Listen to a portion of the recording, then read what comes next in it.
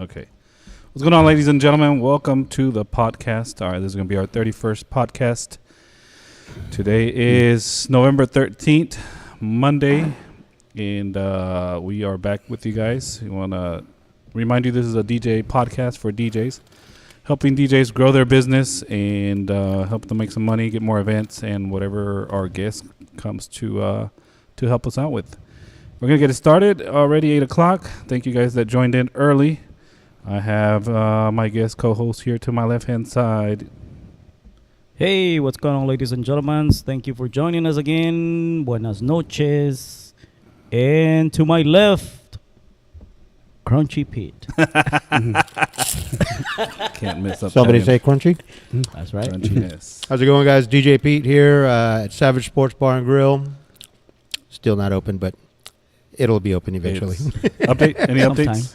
Well, yeah, we're just waiting on that that inspection from the fire marshal, and then we're good to go. Oh shit! So sounds like it's around the corner. Well, hopefully. And to my left, ladies and gentlemen, we have Mr. Mike. How you doing, sir? How you doing, Mike Krell with Eventwise Productions? Thank you guys for having me. Yes, sir. Thank you for coming. You know, like I was telling you guys before, you know, I watch you guys' podcasts all the time, but only the English ones because I don't speak Spanish. So if you guys want to talk about me in Spanish, I wouldn't know what you're saying. But I have my Spanish translator. Translate to Spanish? Yeah, to translate to see what you guys are saying. ¿Qué? We can only say quesadilla. How do you spell that? Spell it first. You know, spell what you're saying first so I can type it in. Oh, man. I think they have a dictation device now. Yeah, spell puto. Dictation. Hello. Wrong time of dictation. Hi, man. Mike, welcome. So, I guess we're going to try to get to know you a little bit, see what you can provide information, and some of the topics that we usually talk about is just kind of DJing and making money and trying to get more events and charging the right rates for events. Oh, okay. Oh, so this is not the podcast talking about one-legged strippers? No? Wrong one. That's tomorrow. That's tomorrow. That's tomorrow. That's halfway here. We're halfway there. What happened? He's slapping himself around right now with the microphone. He's slapping himself with that third leg. Yeah.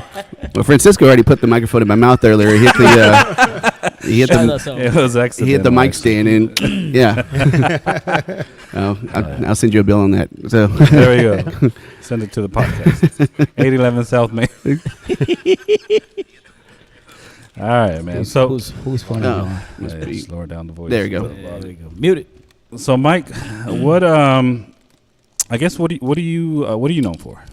What do you? Well, I guess we can start where know you for. Yeah, I guess we could start where kind of I started DJing. So about 26 years ago, my dad was a truck driver for about 30 years, and he would always be on the road and get tapes, you know, on the road, you know, anything from Madonna to the Doobie Brothers to Eagles. So he'd bring them home, and being an only child, I would just sit there, and back in the day, I remember I used to just play your Nintendo game, and I'd put my Walkman in and listen to all these cassette tapes and just get familiar with music, all different styles and genres.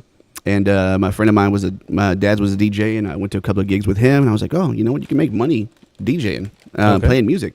So when I was 16, I wanted to get a job, so I don't know if you remember the Steakhouse Steak and Ale back in the day. Yeah, of course. And I was a bus boy there for 3 weeks, and after the 3 weeks, I was like, nope, the Rummex going to be doing this. So I went home and walk off. He's like wrong kind of Mexican. Yeah. And went home and looked in the phone book and found a DJ company and called the guy and The Sound of Music and started working for him when I was 16 and then I went to college for radio broadcasting. Worked at 104 for a while and did their mobile 104 DJing, and then in promotions, and then 05 did AV for the Astros. Okay. MC DJ for the Texans for about 10 seasons. Nice. And but the whole time doing corporate and social events, mobile. And that's how I met you, Francisco. That's I was working for Joe Zuniga. Okay. With Impressive Events. Yeah, I remember that. You guys were doing a lot of uplighting events around the time that LED uplights Yeah, started that taking was off. about 15 years ago. So, Yeah. and you were doing, I think it was either a NACE event or ISIS event, one of the two. Probably. And then I remember going to Francisco and asking, because he was going to DJ, and I was like, "So you need help, DJing? You want me to do sets?" He was like, "Nope, I got it from here." I think we did music videos too. I think we had some music videos because at the time Joe came up with these kind of like table. He would put TVs inside of a table, kind of like a coffee table. Oh yeah. And Okay. so people could put glasses on the table, then they could see the videos in the Nice. in the table. Was that for that one event? I don't know Or if it was that that for. was- I okay. don't think it was. That's for something that event. he did. Yeah, To offer to people. Right, For yeah. For entertainment. but he introduced them at those networking events. Where but was that networking event? I'm trying to remember. Where was it at? Oh, Yeah. I don't even remember. It was at the one at the, because I did one at the House of Blues downtown. Then I did another one at, it was at their gala? Was it a hotel, right? Oh, that was 50. I've drinking lots since then. I can't remember. Can't remember how long ago that was. We got more. It might bring back some memories. I can't. I think it was. It might have been at a hotel. Yeah, I think it was the gala, the NACE gala. Yeah. I don't remember what year that was. That was the first time. It was about 15 so years ago. Yeah. I met you. The back first then. one, that was Yeah. about 2010, 2011. somewhere. Okay. Yeah. Are you still doing anything with them? No, it's been a while. No, I mean, it worked out really good for me, but I think around 2015, I was just like, I didn't see, well, I'm not going to say I didn't see the point of going and doing them. I just didn't, I don't know. I mean, I did get events from, networking with vendors there, but I don't, after a while, I just kind of going to all the meetings and doing all that. It's very cliquish there. Yes. And, it's kind of like who you know or who you get in with to exactly. to do events. And also that helps, but that hurts too. Yeah. But me myself, I do corporate and social events. Eventwise Productions does MCs, DJs, lighting, production. So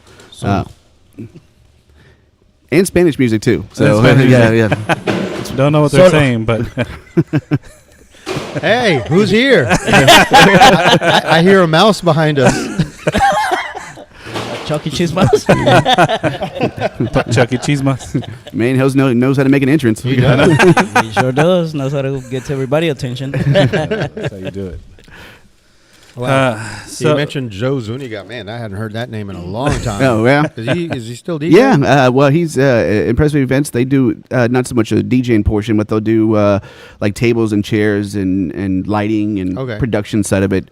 I just talked to Joe. Actually, he's doing an event for me in December. I've done a lot of holiday events, so it's kind of the tables have turned. He used to book me for events, and so now I'm the student has became the teacher. So now I'm booking him for events. But yeah, he's still doing it, and that's good. He's still been doing this. Well, I don't know, 30-some years, I guess. Yeah. So he just got more into the production side Right. of it now. Yeah. That's good. And it's less headache too. As well as we do. As well as I do. That we'd rather do the production side of it, and the DJing. That's fun, and we have a good time doing that. But it's more to do. More to be responsible for, opposed to just going in and set up lighting and set it and forget it and come back and get it. But yeah, he's still working. I have fun. Yeah. I'd rather DJ. I think so, too. I'd rather do it all. Yeah. Yeah. I'll do the production side, but I also like to do the party. Yeah. Gotta play some music. Yeah. So you said you started around 16 when you were 16? Yeah, I was a freshman in high school when I started. And that's when you, what was that, CDs and... Yeah, at the time, the guy I worked for, Steve Bolello, he had actually my first were just the standalone CD players, like ones you would get at the pawn shop. We had a Rain MP24 mixer. Oh, nice. And but I couldn't mix the songs. Yeah. He just had two standalones in a rack unit.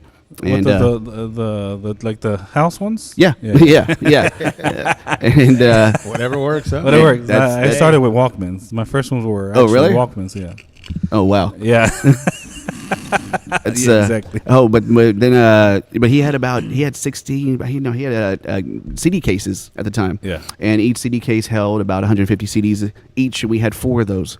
Dang. So we were always hauling 600. We had to have a separate table just for the CD cases, and bringing out 600 CDs a gig. But he had everything from starting out for AC/DC all the way to ZZ Top, the greatest hits of everything. And then of course you have your compilations. And then he said, "Hey, go out and go get some gigs." So I went to a bowling alley in Pasadena, Spitzer Square, and they have the Rock and Bowl every Friday and Saturday nights.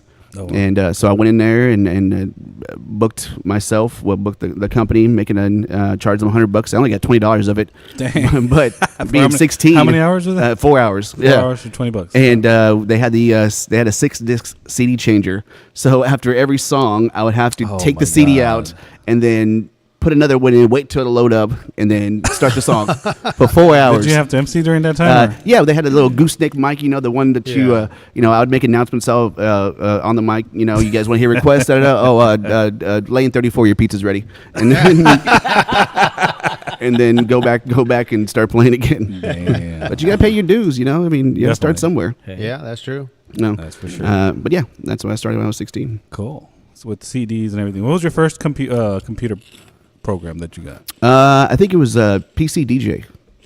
Yeah, I think we learned PC DJ only because I was working at a strip club back then. I was still doing mobile gigs, but a friend of mine got me into doing strip clubs. Yeah. And I was in my early 20s, and but I started using that, and then eventually Joe got virtual DJ because he started doing the music videos. At the time, Serato, you couldn't do music videos, but Yeah. so I started with virtual DJ and started doing music videos, and it was easier to load those up. And Yeah, and to this day, everybody, a lot of guys use Serato, a lot of guys use virtual. I'm a virtual guy. Uh-oh. Yeah. Oh, Same man. here. Oh. I knew I liked this guy. I knew he was a good guy. But Oh, that's good. it's what works for me, I can still do the same thing that guys can do Serato. It's whatever floats your boat. Hey, Definitely. Oh, yeah. We just like to have fun with it. Yeah. No hurt feelings except for I take you guys as Serato. Yeah, we Serato. These kids are still learning. Yeah. These kids are still learning.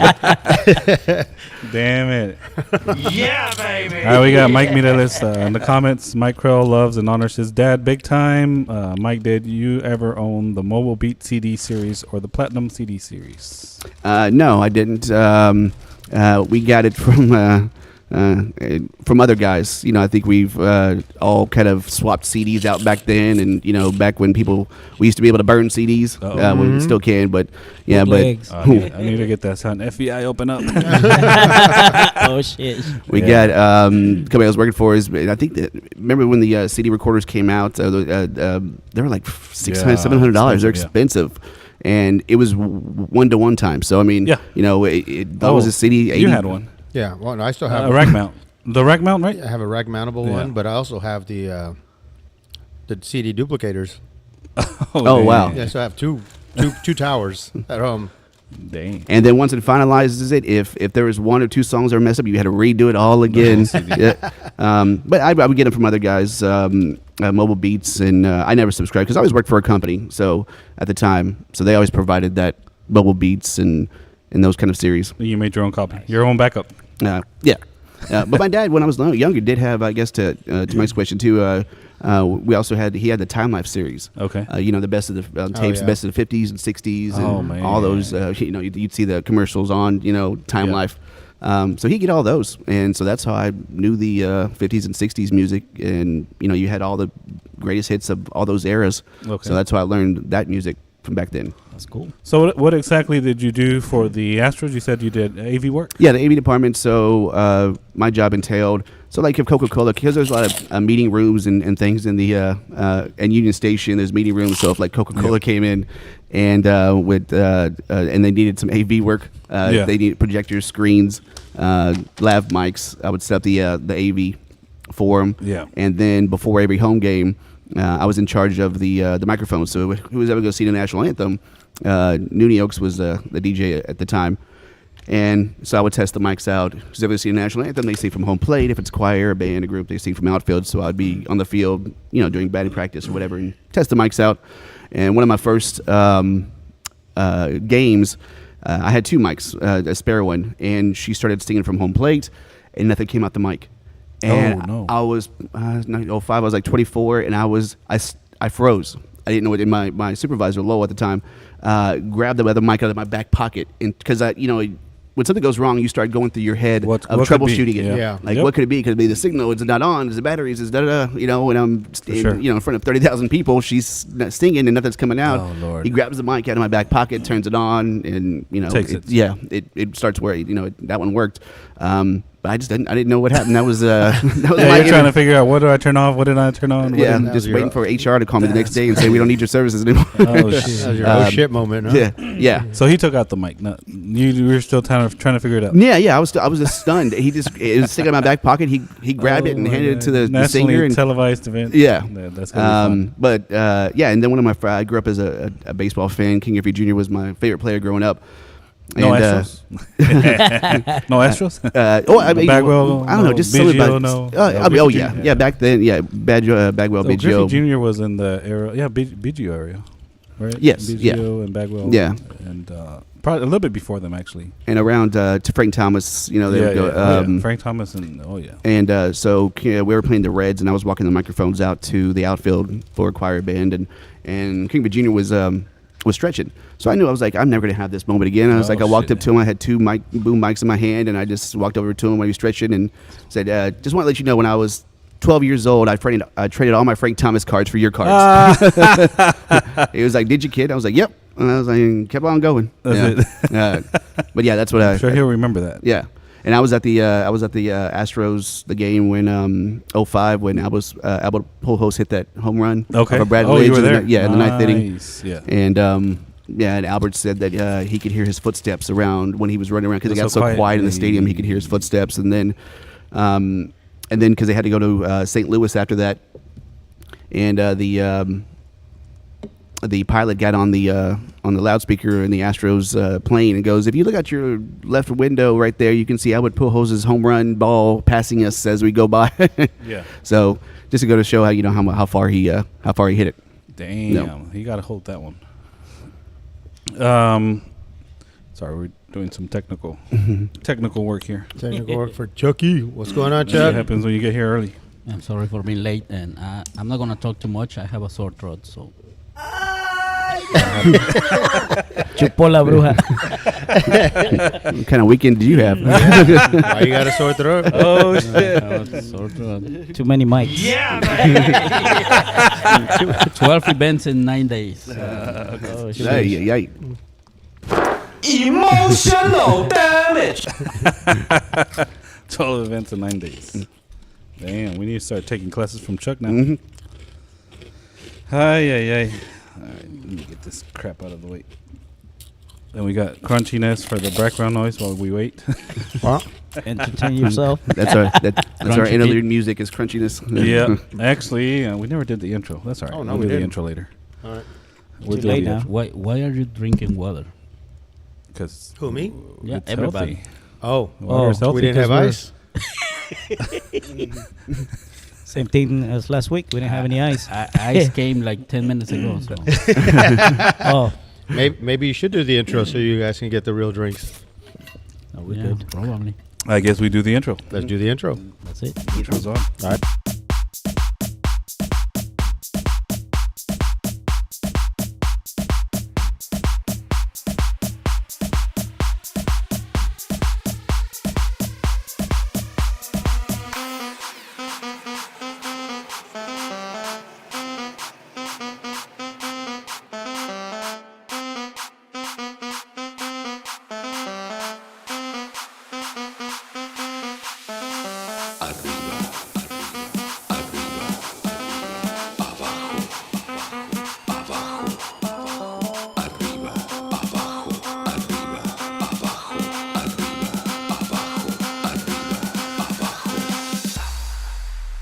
Arriba, abajo, al centro y adentro.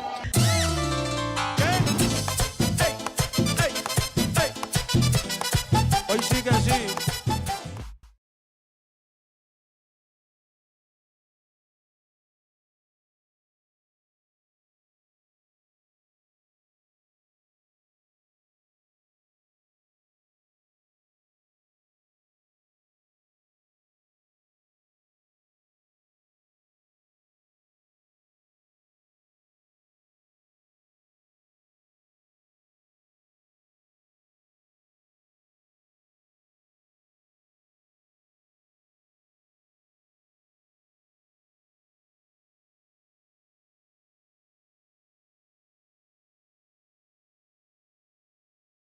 Yeah. He said he liked whiskey balls all over his Yeah. body. Did he say that? Yeah, he did.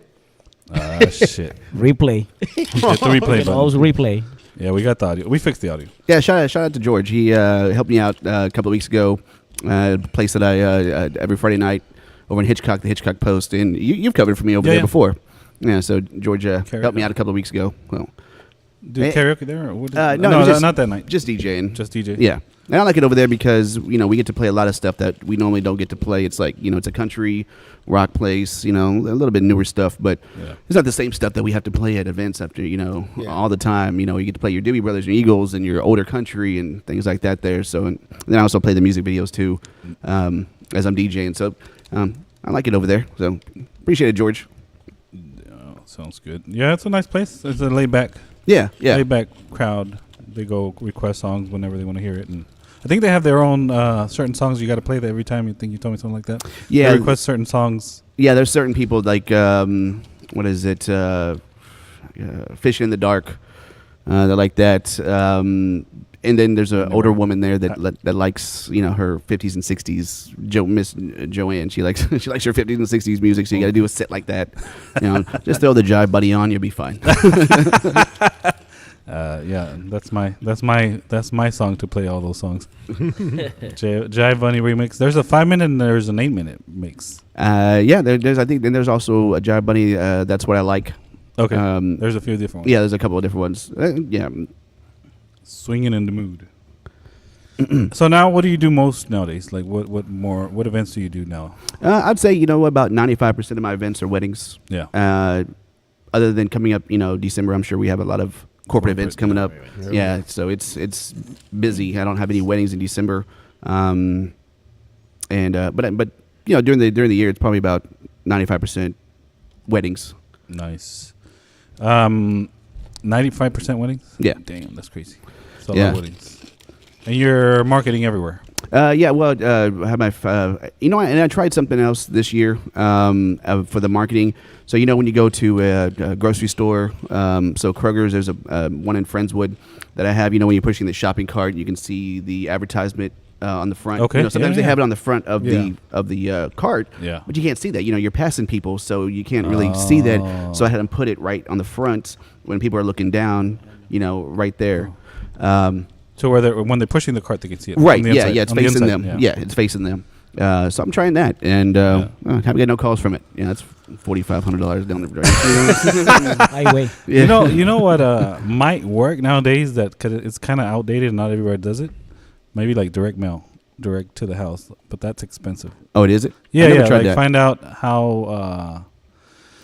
So find out like who's getting married in your area, and then you just send them. Where do you get that info at? Well, it used to be bridal shows would give you all the information. Yeah, but so I DJ'd for this one company doing a crawfish boil, and it was an interesting company. Their company is the company that you go to, and you say, I want this flyer to go to every house within this zip code. Mm-hmm. Or you could tell them, I want this to go to every company, to this particular person in each company, and they'll do all the work for you. But you just have to you can either give them all the flyers or they'll print them out for you. Oh, okay. Yeah. I had to look up the name of the company. But see, that would be something because not everybody's doing that now, like direct mail. Yeah. So if you can find a good place to find people getting married. Because I think even David's Bridal is out of business. And they used to be able to get names and addresses from David's Bridal. Okay. But the one right there off of 610 and, was it 610 and 288? Yeah, but it's just a lot of work. So that's why people don't like to do it. You have to make your little flyer. Then you have to personalize it, your bride, whatever. Yeah. And then there's a lot of legwork involved in that. Sure.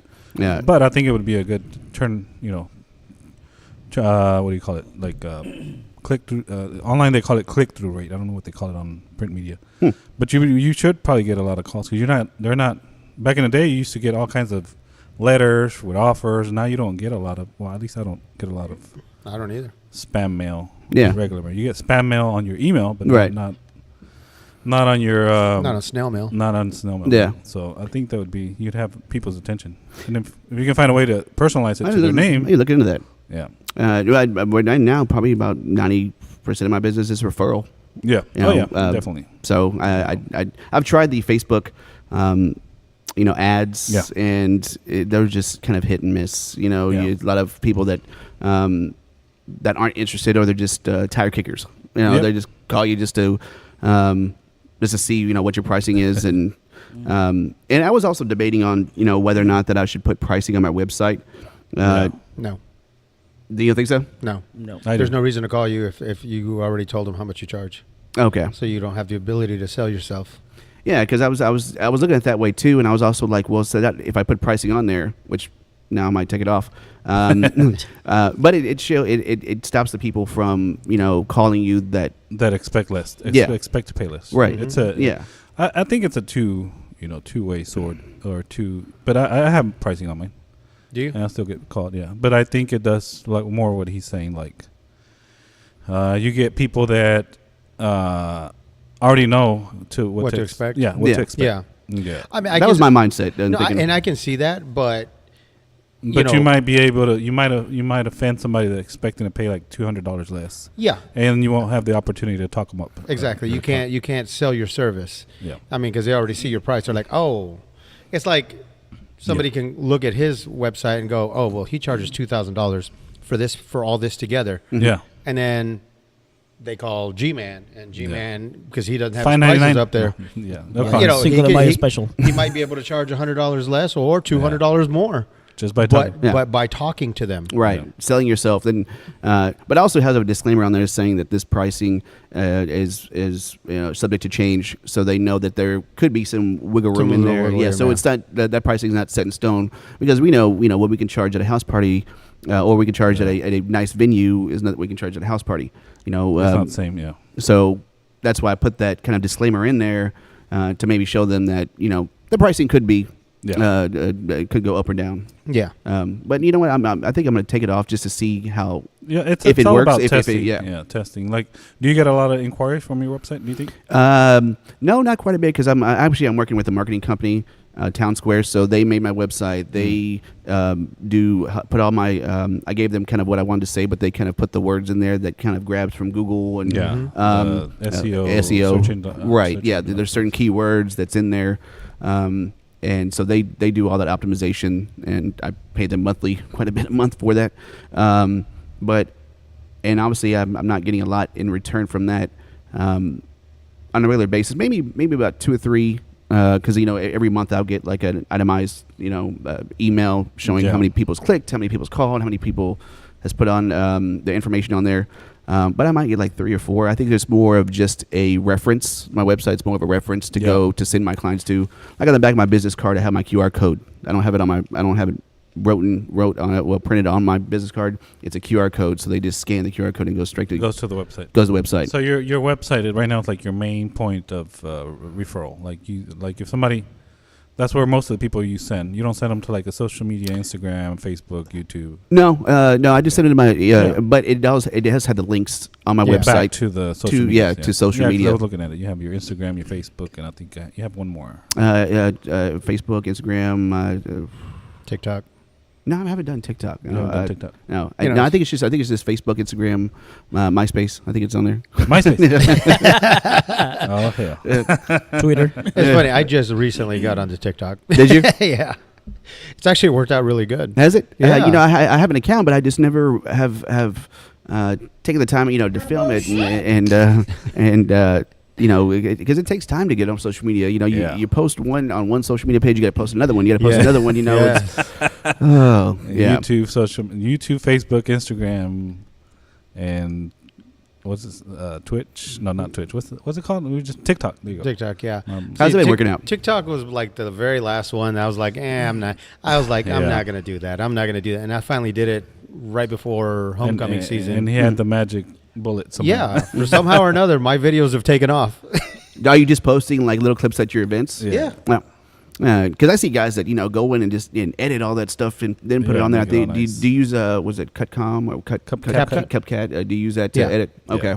So the templates are already set up and you just put your videos in there, or I don't like their templates. Yeah, the templates are kind of. Yeah, I don't. I just make my own. oh, okay. Yeah, I mean, I used to do a lot of video editing, so I kind of know what I want to see Yeah. and just cut my videos up the way I want to see them. Okay. And how long does it take to once you start editing? Then what's the turnaround time on editing then posting? I mean, you could do one in 30 minutes. Yeah, you can knock one out in 30 minutes, but the whole thing is that you want to think about your shots before you start videoing. You're like, okay, in your head, you want to think about, okay, what's a cool shot? Okay, I need to get a shot of this, shot of that, this angle, that angle. And then, I mean, some people do it the reverse way. I'm just telling you how I do it. Yeah. I do all my shots, and then I go look for a song to throw into the video. And then once I find the song, I'm like, oh, this would be a good song. Then I start dropping the video in with the clips that fit that little scene. Oh, okay. Yeah. And then he gets 20,000 views. Yeah. Some fucking way. Damn. I don't know how. It always amazes me that these guys are on TikTok. You know, you'll see these DJs DJing in their basement or, you know, grandma's garage. On a Friday and Saturday night, you're like, why aren't you working? You know, you know, if you're so, you know, you got Emotional damage. you got all these views, but you're in your grandma's basement on a Friday night. You know. Well, you saw how much the lady, that one lady that's popular for doing like the NPC, what do they call it? NPC? What's that? She was so in video games you have the main character and you have the non-playable characters. It's like you know, if you ever play GTA 5? Yeah. Okay, so you see those people walking around. Okay, yeah. Well, so they imitate those, and then whenever they send them gifts, they grab the hot dog and eat it. Yum yum, hot dog. Oh yeah, I've seen Those those. are Yeah. NPCs. Okay, so the main lady, one of the main ladies that's doing that, she's making about $7,000 a day. Oh wow. A day. She paid off the her wrong house. business. She paid her house off in Yeah. 4 months. Wow. Yep. Yeah, I've seen. There's quite a few of them. So I've every time seen. they send you a gift, Yeah. that's money. Yeah. Oh, okay. That's how they get each paid from gift- it? Yeah. Yeah. So people buy the gifts and send them to them. We're in the wrong business. I know. Well, exactly. Well, we Exactly. did a TikTok here last week. Yeah, 'cause, Francisco like, got on wedding. my live, He and got then, 15 cents last week. I made $0.15. You owe them money. I mean, maybe if Frank showed a little more cleavage. Oh, maybe. shit. Maybe. I'm trying to cover it up. Well, That's what the views are, is cleavage. Oh yeah, that's true. after taxes, it's going to be what, 8 cents? 60% tax. I mean, now that we got Capital Chucky gains. here, we might make some more. Exactly. Yeah. For real. We got the moneymaker right over there. The money machine. Oh. That's crazy. Yeah, so interesting. I think they're paying attention. These guys are listening. We don't have the regulars today. What happened to Franklin? What happened to? Oh, yeah, no They're not kidding. here yet. They're sick. They're sick. Everybody's sick. After I get off, you might be decreasing in subscribers. I'm like the guy that's you. If you want to get up the bat, if you want to stop the rally, Mike Krell up here. $4.99 Thanksgiving special. Mike Morales is out there. Yeah, so interesting. So do you do weddings? Do you do quinceañeras? I can. To be honest with you, I don't feel comfortable. I mean, I know the music. Yeah. I know Spanish music, all the different genres. Yeah. And The new genres? You keeping up with the new genres? No. You can talk to Pete about that. He's pretty. Yeah. I don't like the new genre. No, I don't. I don't either. You know, He don't like Serato. He don't like Oh shit! There we go. I don't like I don't like the circus music. no. Anything with the tuba, I mean, I associate that with the circus.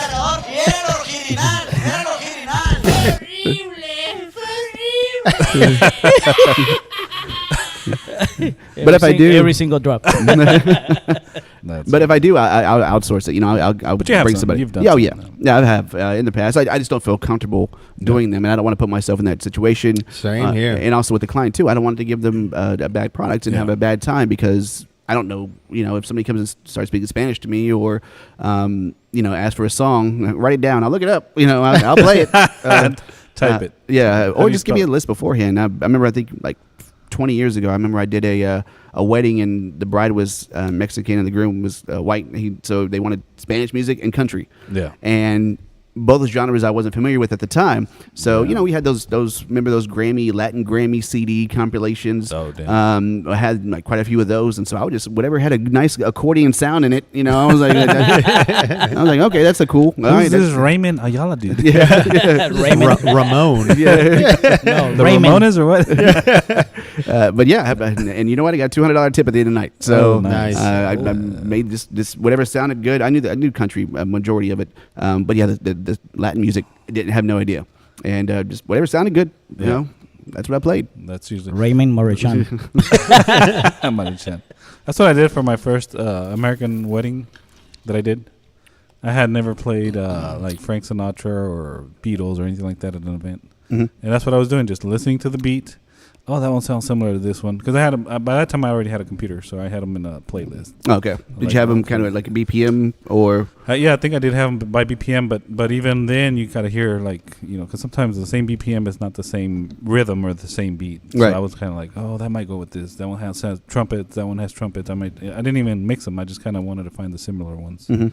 But that's how I got thrown into it. I mean, not that I knew English, but I didn't know the music, Right. Because I didn't grow up with it. Oh, okay. I didn't grow up with English music, so for me, like that was the first time hearing of Frank Sinatra and the first time hearing of Dean Martin, and I was doing the wedding. Yeah. I was like, Did you get a tip at the end of the night? No, Oh, okay. no, I got You got the sympathy. boot. Yeah, it's- Like, no, I know you. I could tell you were struggling, and you did a good job. yeah. Yeah. I remember when I was working for 104. Remember Sam Malone. Sam Malone, Maria Todd in the morning back in the early 2000s. Well, Sam was a mobile DJ before he became a on-air personality. So he told me a story that he did a wedding one time, and the mother of the groom, the father of the bride didn't like Frank Sinatra. And so that was just one of his things. Sometimes we get in these grooves of songs that we play at every event, Yeah. And he just happened to be a Frank Sinatra. I think it was New York. And he happened to be just in that groove of that song, and he was playing that on a regular basis and forgot that Dang. that the bride's father didn't like that song. He played it, and he said the bride's father went at him, like wanted to fight him. Jesus. And at the end of the night, wanted to play that song. After he played that song. deserves this. Yeah. Emotional damage. Something happened there. Yeah. Yeah. But it just goes to show, you have to kind of, Yeah. the clients give you Pay a attention list of to stuff, it. do nots and do's, and you have to stick by that. There's a reason. I usually try to ask, is there a reason for because I think if you know the reason, it's easier to remember. Yeah. I mean, and besides taking notes, but like you said, if it's a song that you usually kind of play back, like if you have a set of 3 songs and maybe it's your second song, and you forget the day of the event, then that's not good. I think the groom's father was from Boston, Well, and that's what it was. New York like and the Boston. New York, yeah. That's why he didn't like the New York. that's baseball, Right. Baseball and football. Right. Yeah. Yeah, I would remember that one. Nah, that's nice. And you do corporate. Yeah. Corporate events. Yeah. Like I said, I have a lot of them coming up here in December. Holiday parties, yeah. Holiday parties. Do you guys do any kind of like interactive things with your guests? Because I mean, like for instance, like example, like I do like scavenger hunt. Yeah. Because a lot of our events, they'll have like a casino or something like that to keep them active, but not everybody does that. Yeah. So beginning to kind of get everybody up and motivated, because at a corporate party, 9 times out of 10 they have to be there. They have to be there. Yeah. So it's not like a wedding; it's like a celebration to where Yeah. people want to be there. Yeah. So things I've done, like the scavenger hunt, where you get 10 chairs on the dance floor. Oh, and, yeah, and I have the I've crowd. done that I have whoever my contact is pick out 10 people, because they know their group better than I do. Pick out 10 fun people. They sit in the chair. I have items, just kind of everyday items you would have with you, Yeah. a comb or an state driver's license. So those people go out there to the crowd. They get that item. I take a chair away. And of course, the last person up is out, and kind of so on and so forth. Do you guys do any kind of interactive? I did that at a wedding a couple of times, but not at a corporate event. Yeah, now usually it works good for corporate events. Yeah. And I mean, I don't usually get anybody to tell people who to come out. I usually just say I need one person from each table. Bring a chair out here, let's line them up, and I make them do the work. And usually one person from each table wants to do it. Yeah. And yeah, it works out really well. Is there any other kind of interactive things that you do as well besides that? Yeah, can I borrow your credit card?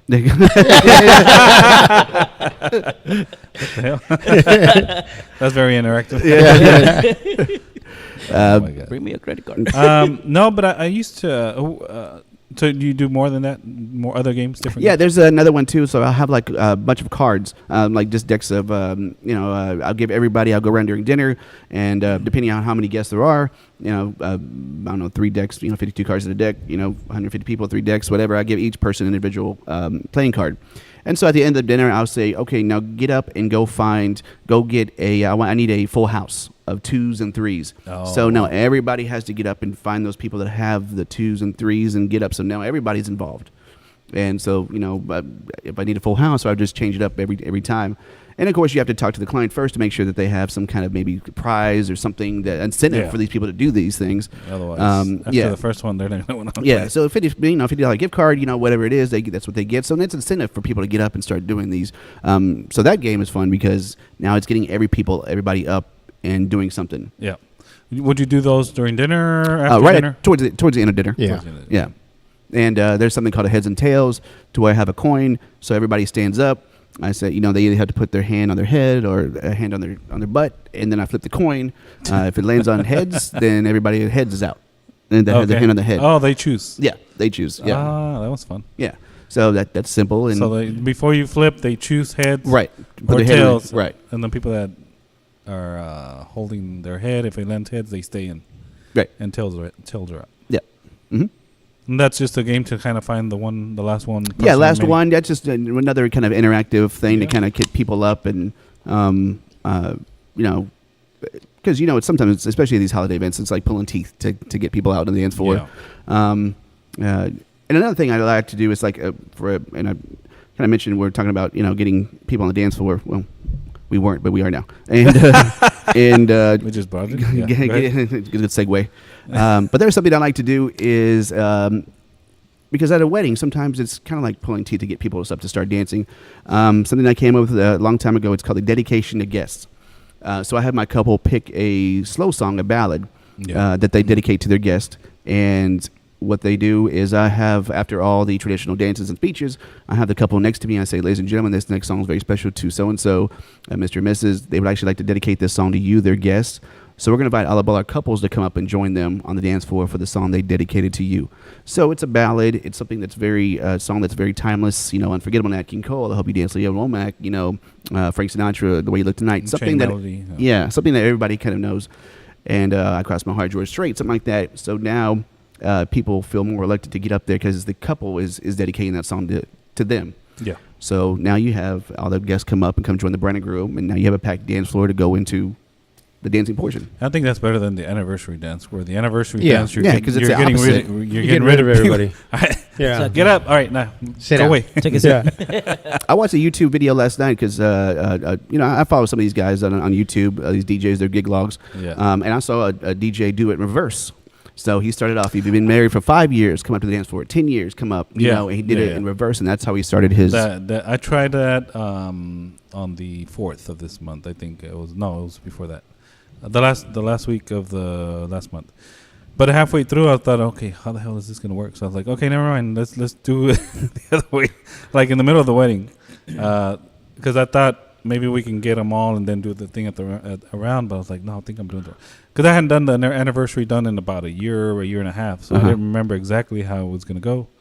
And then I was like, okay, never mind, let's do it the other way. But I think that would have been a great idea because you got people on the dance floor, and then maybe you can do a circle in the middle, have the last couple.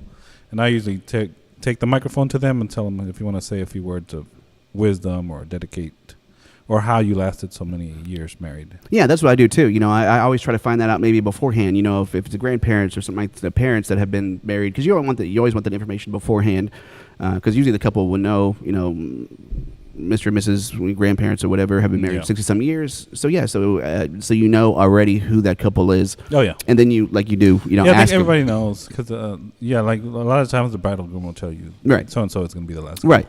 And then usually they tell you that because it might be like old grandparents that are not going to get up and dance. Right. And then you go up to them and say, you ask them like you would, can you give this couple advice? What's the secret of being married for such and such years? And it's a cool little moment for the couple as well. Yeah. Do you know any other games at weddings? I think the only one would be the shoe game. Shoe game. Yeah. Yeah. It's kind of common. Yeah. But it's not. It might be common to us, but it's not always common to the couple. Yes. Because they haven't been going from one wedding to another. Right. Yeah. Yeah. All right, ladies and gentlemen, we're gonna do a stupid shoe game. The what? Who? You ready for some smelly feet? Yeah. Stinky cheese. Mike Mireles, going back to the holiday games, he says he loves the holiday interactive games. It always gives you a extra edge. Scavenger chairs is a hit every time.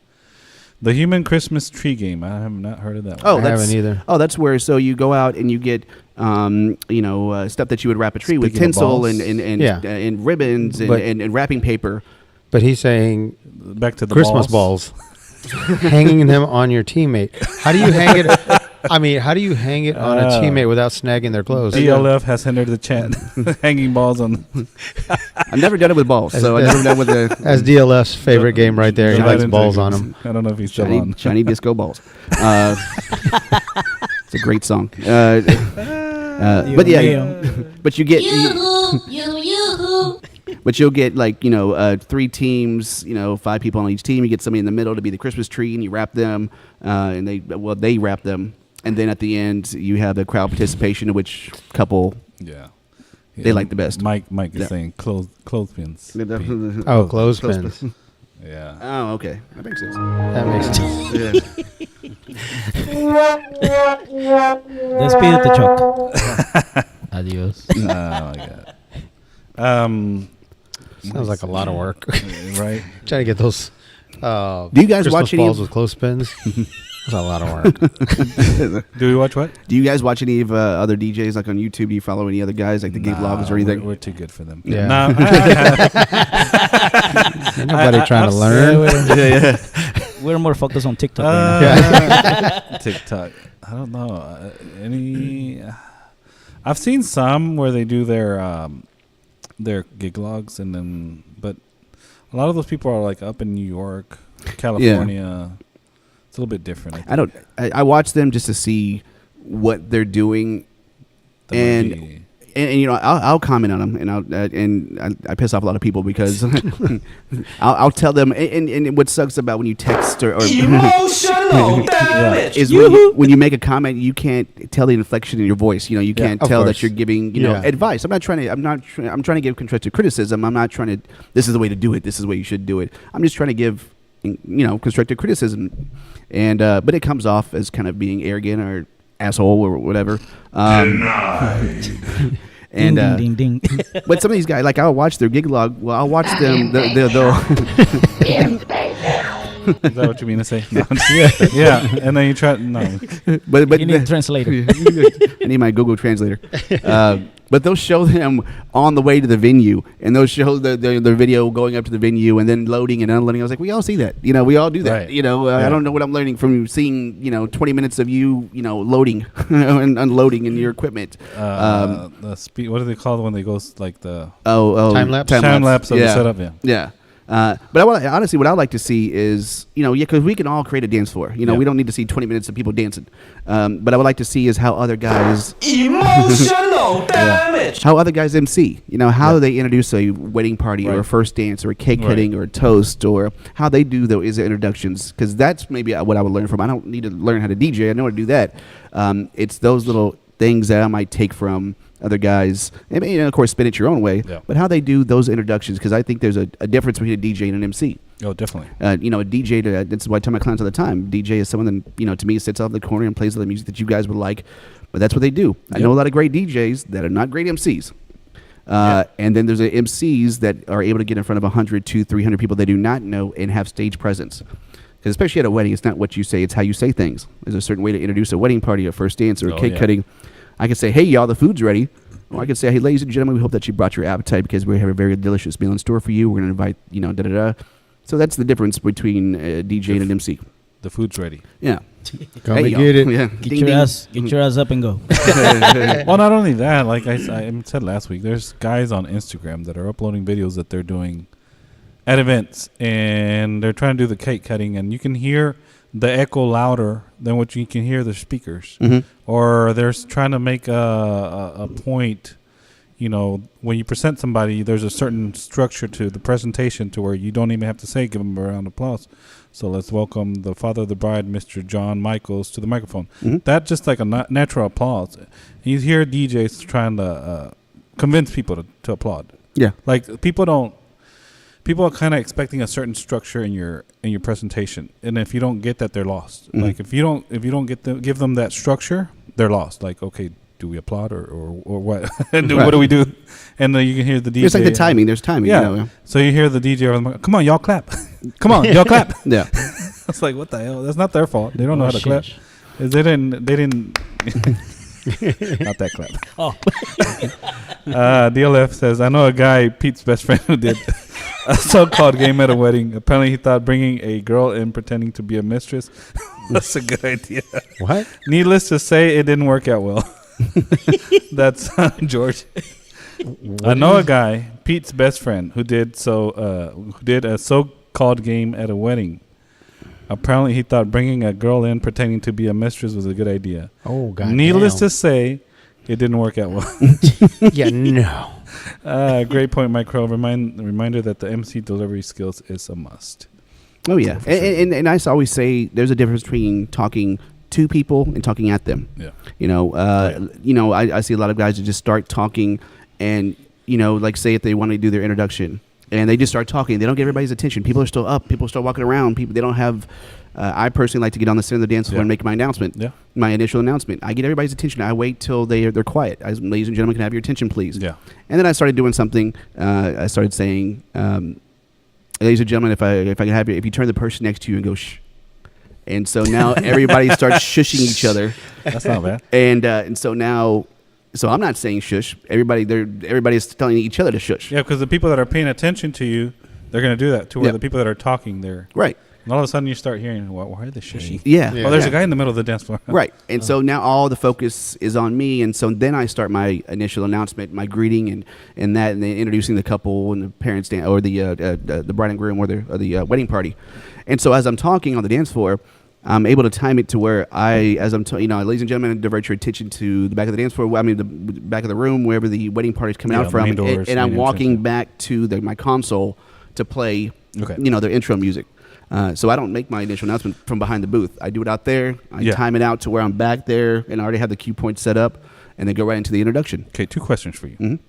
So you're a one-man band. I do have a helper. Every once in a while. Okay, so the anyway. first question would be, what do you do when people don't listen to you and they're still talking? You're out in the middle of the dance floor. You say, okay, let's get people's attention, and you still see a group over here maybe talking, and they don't want to scatter, but you want them at their seats. So what do you do then? So it's like a table is still. It's talking. rare, but it happens. Yeah. I go up to them.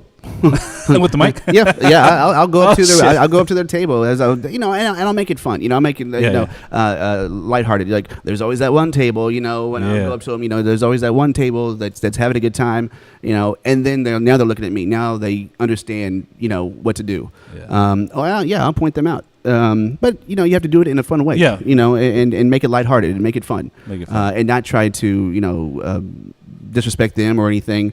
So if you make it fun and make everybody enjoy that, then they're easier to calm down. Yeah, because the second question would be like, so that's where your main, the first time you speak to the audience when you go out there, Mhm. or do you before that say, okay, let's take your seats? I will. Yeah, it's if the venue asks or the coordinator, especially if it's seated dinner. Seated dinner, you have to take your seats because the servers have to know where to go. Right. But yes, I do like to.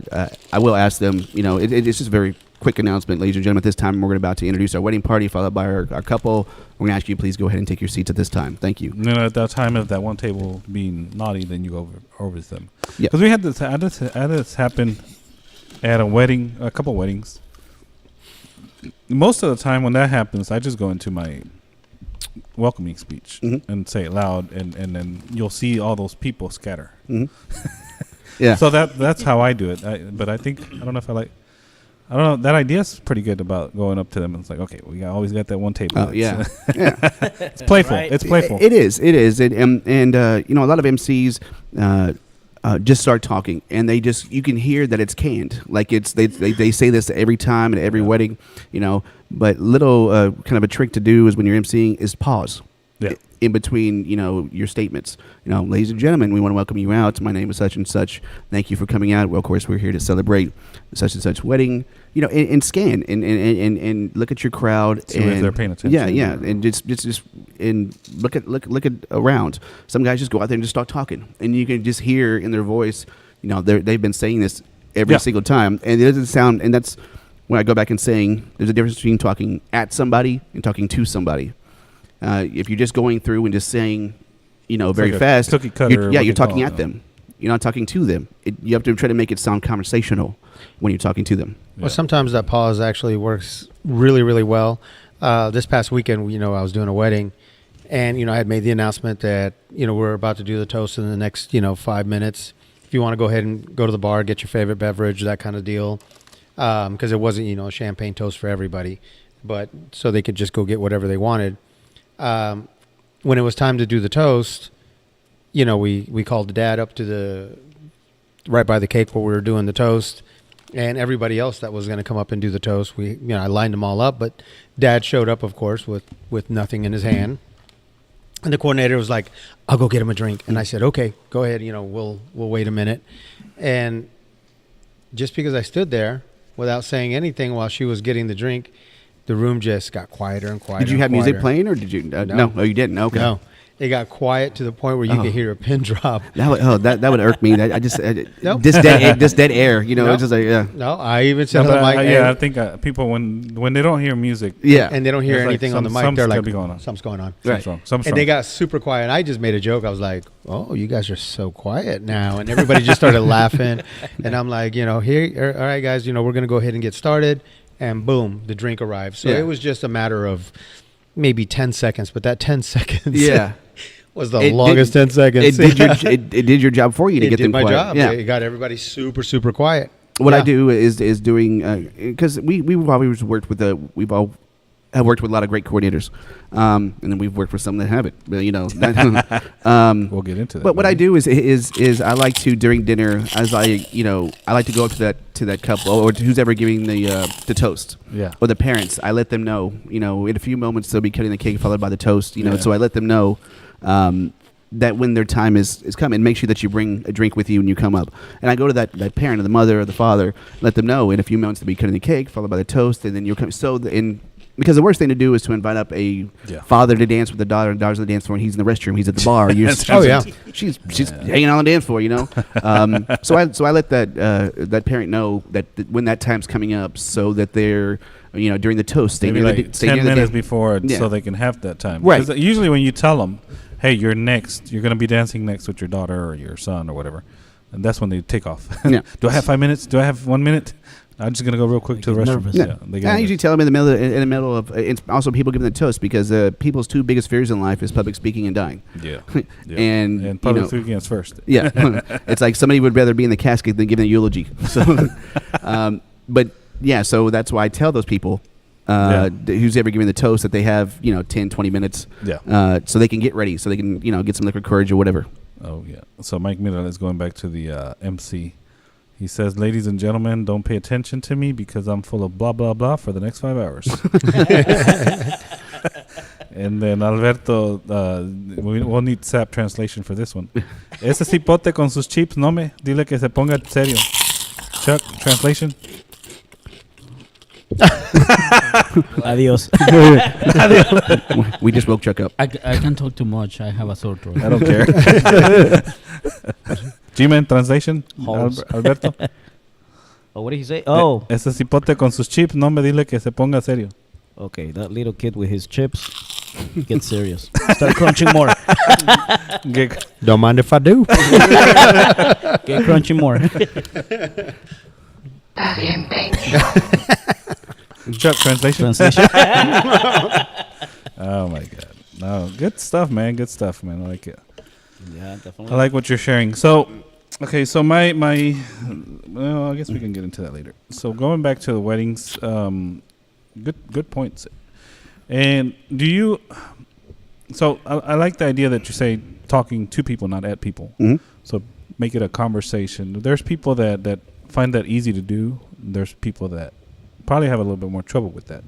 What would be some good ideas to transition what you say every day to making it a little bit more comfortable to say maybe in you say the cookie cutter way, but you want to go more into the personalized Mhm. or not personalized, but more speech. I see what you're saying. Well, to be honest with you, what I would do is you can still say that because honestly, I say the same things at weddings. Yeah, but the I way don't, you say it. I don't make it sound like I say the same thing at every weddings. Yeah. You know, so that's what you do. Is you'll have your routine of what you say.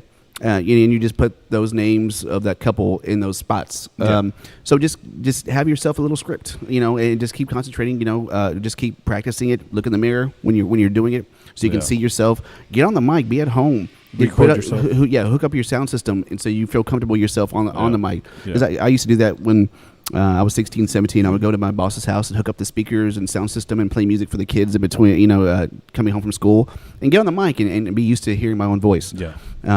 But it's just repetition. And so just concentrate on that and take those pauses in there and while you're talking and make it and slow down. You don't have to get everything all I that. think Everybody gets rushes. nervous and starts going fast on everything. Right. And just wants to get out of the way and get it off and get done.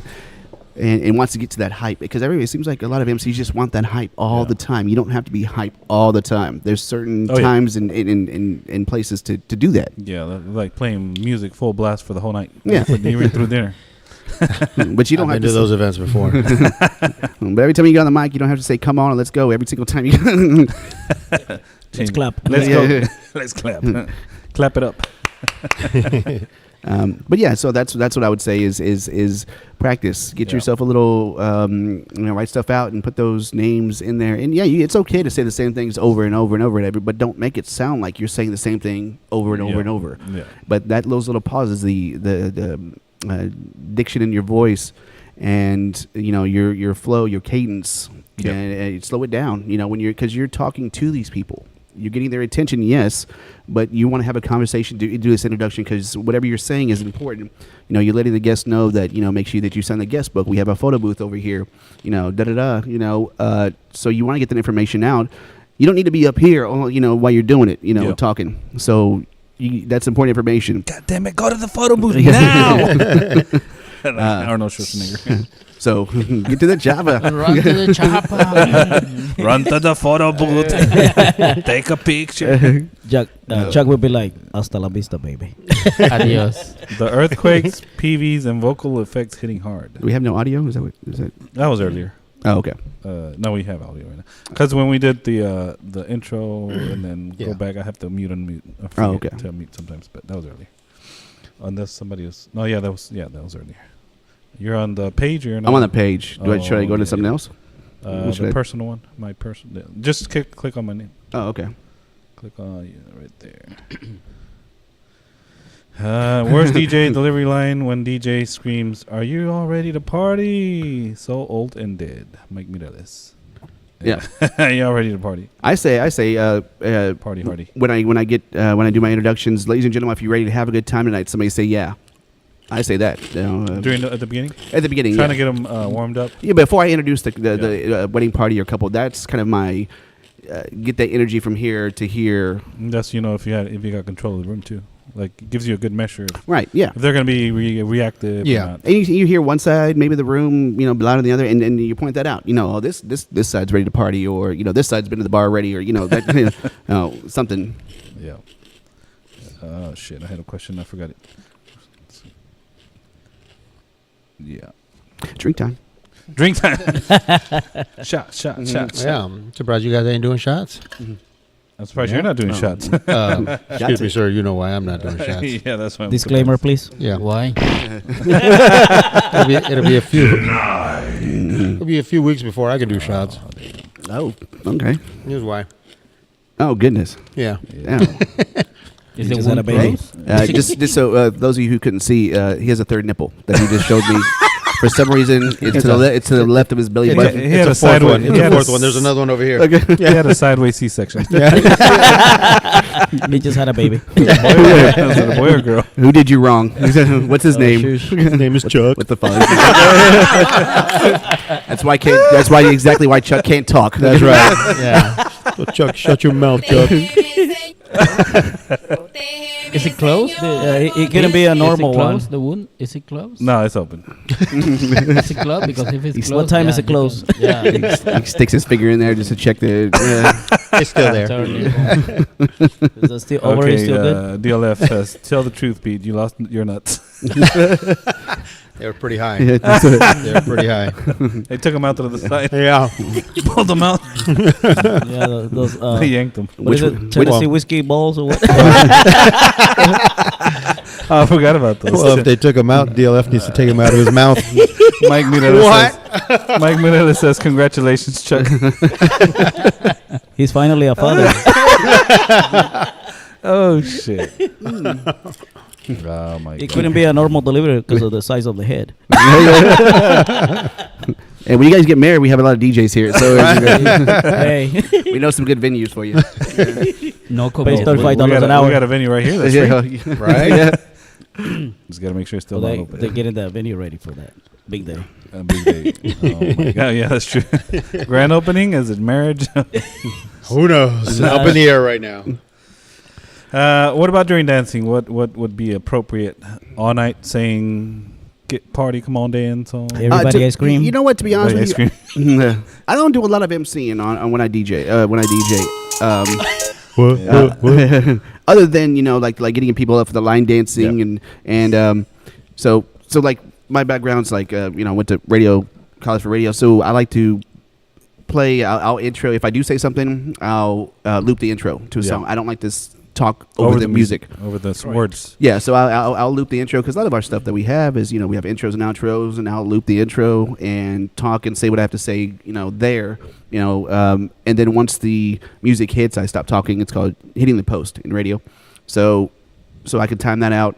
But I'll say I'll say let's make your way to the dance floor, or we're switching this up. We're gonna invite our couples to come and we're gonna slow things down, little things like that. I don't do like a lot of hype on the mic because I just basically let the music speak for itself, to be honest. Yeah.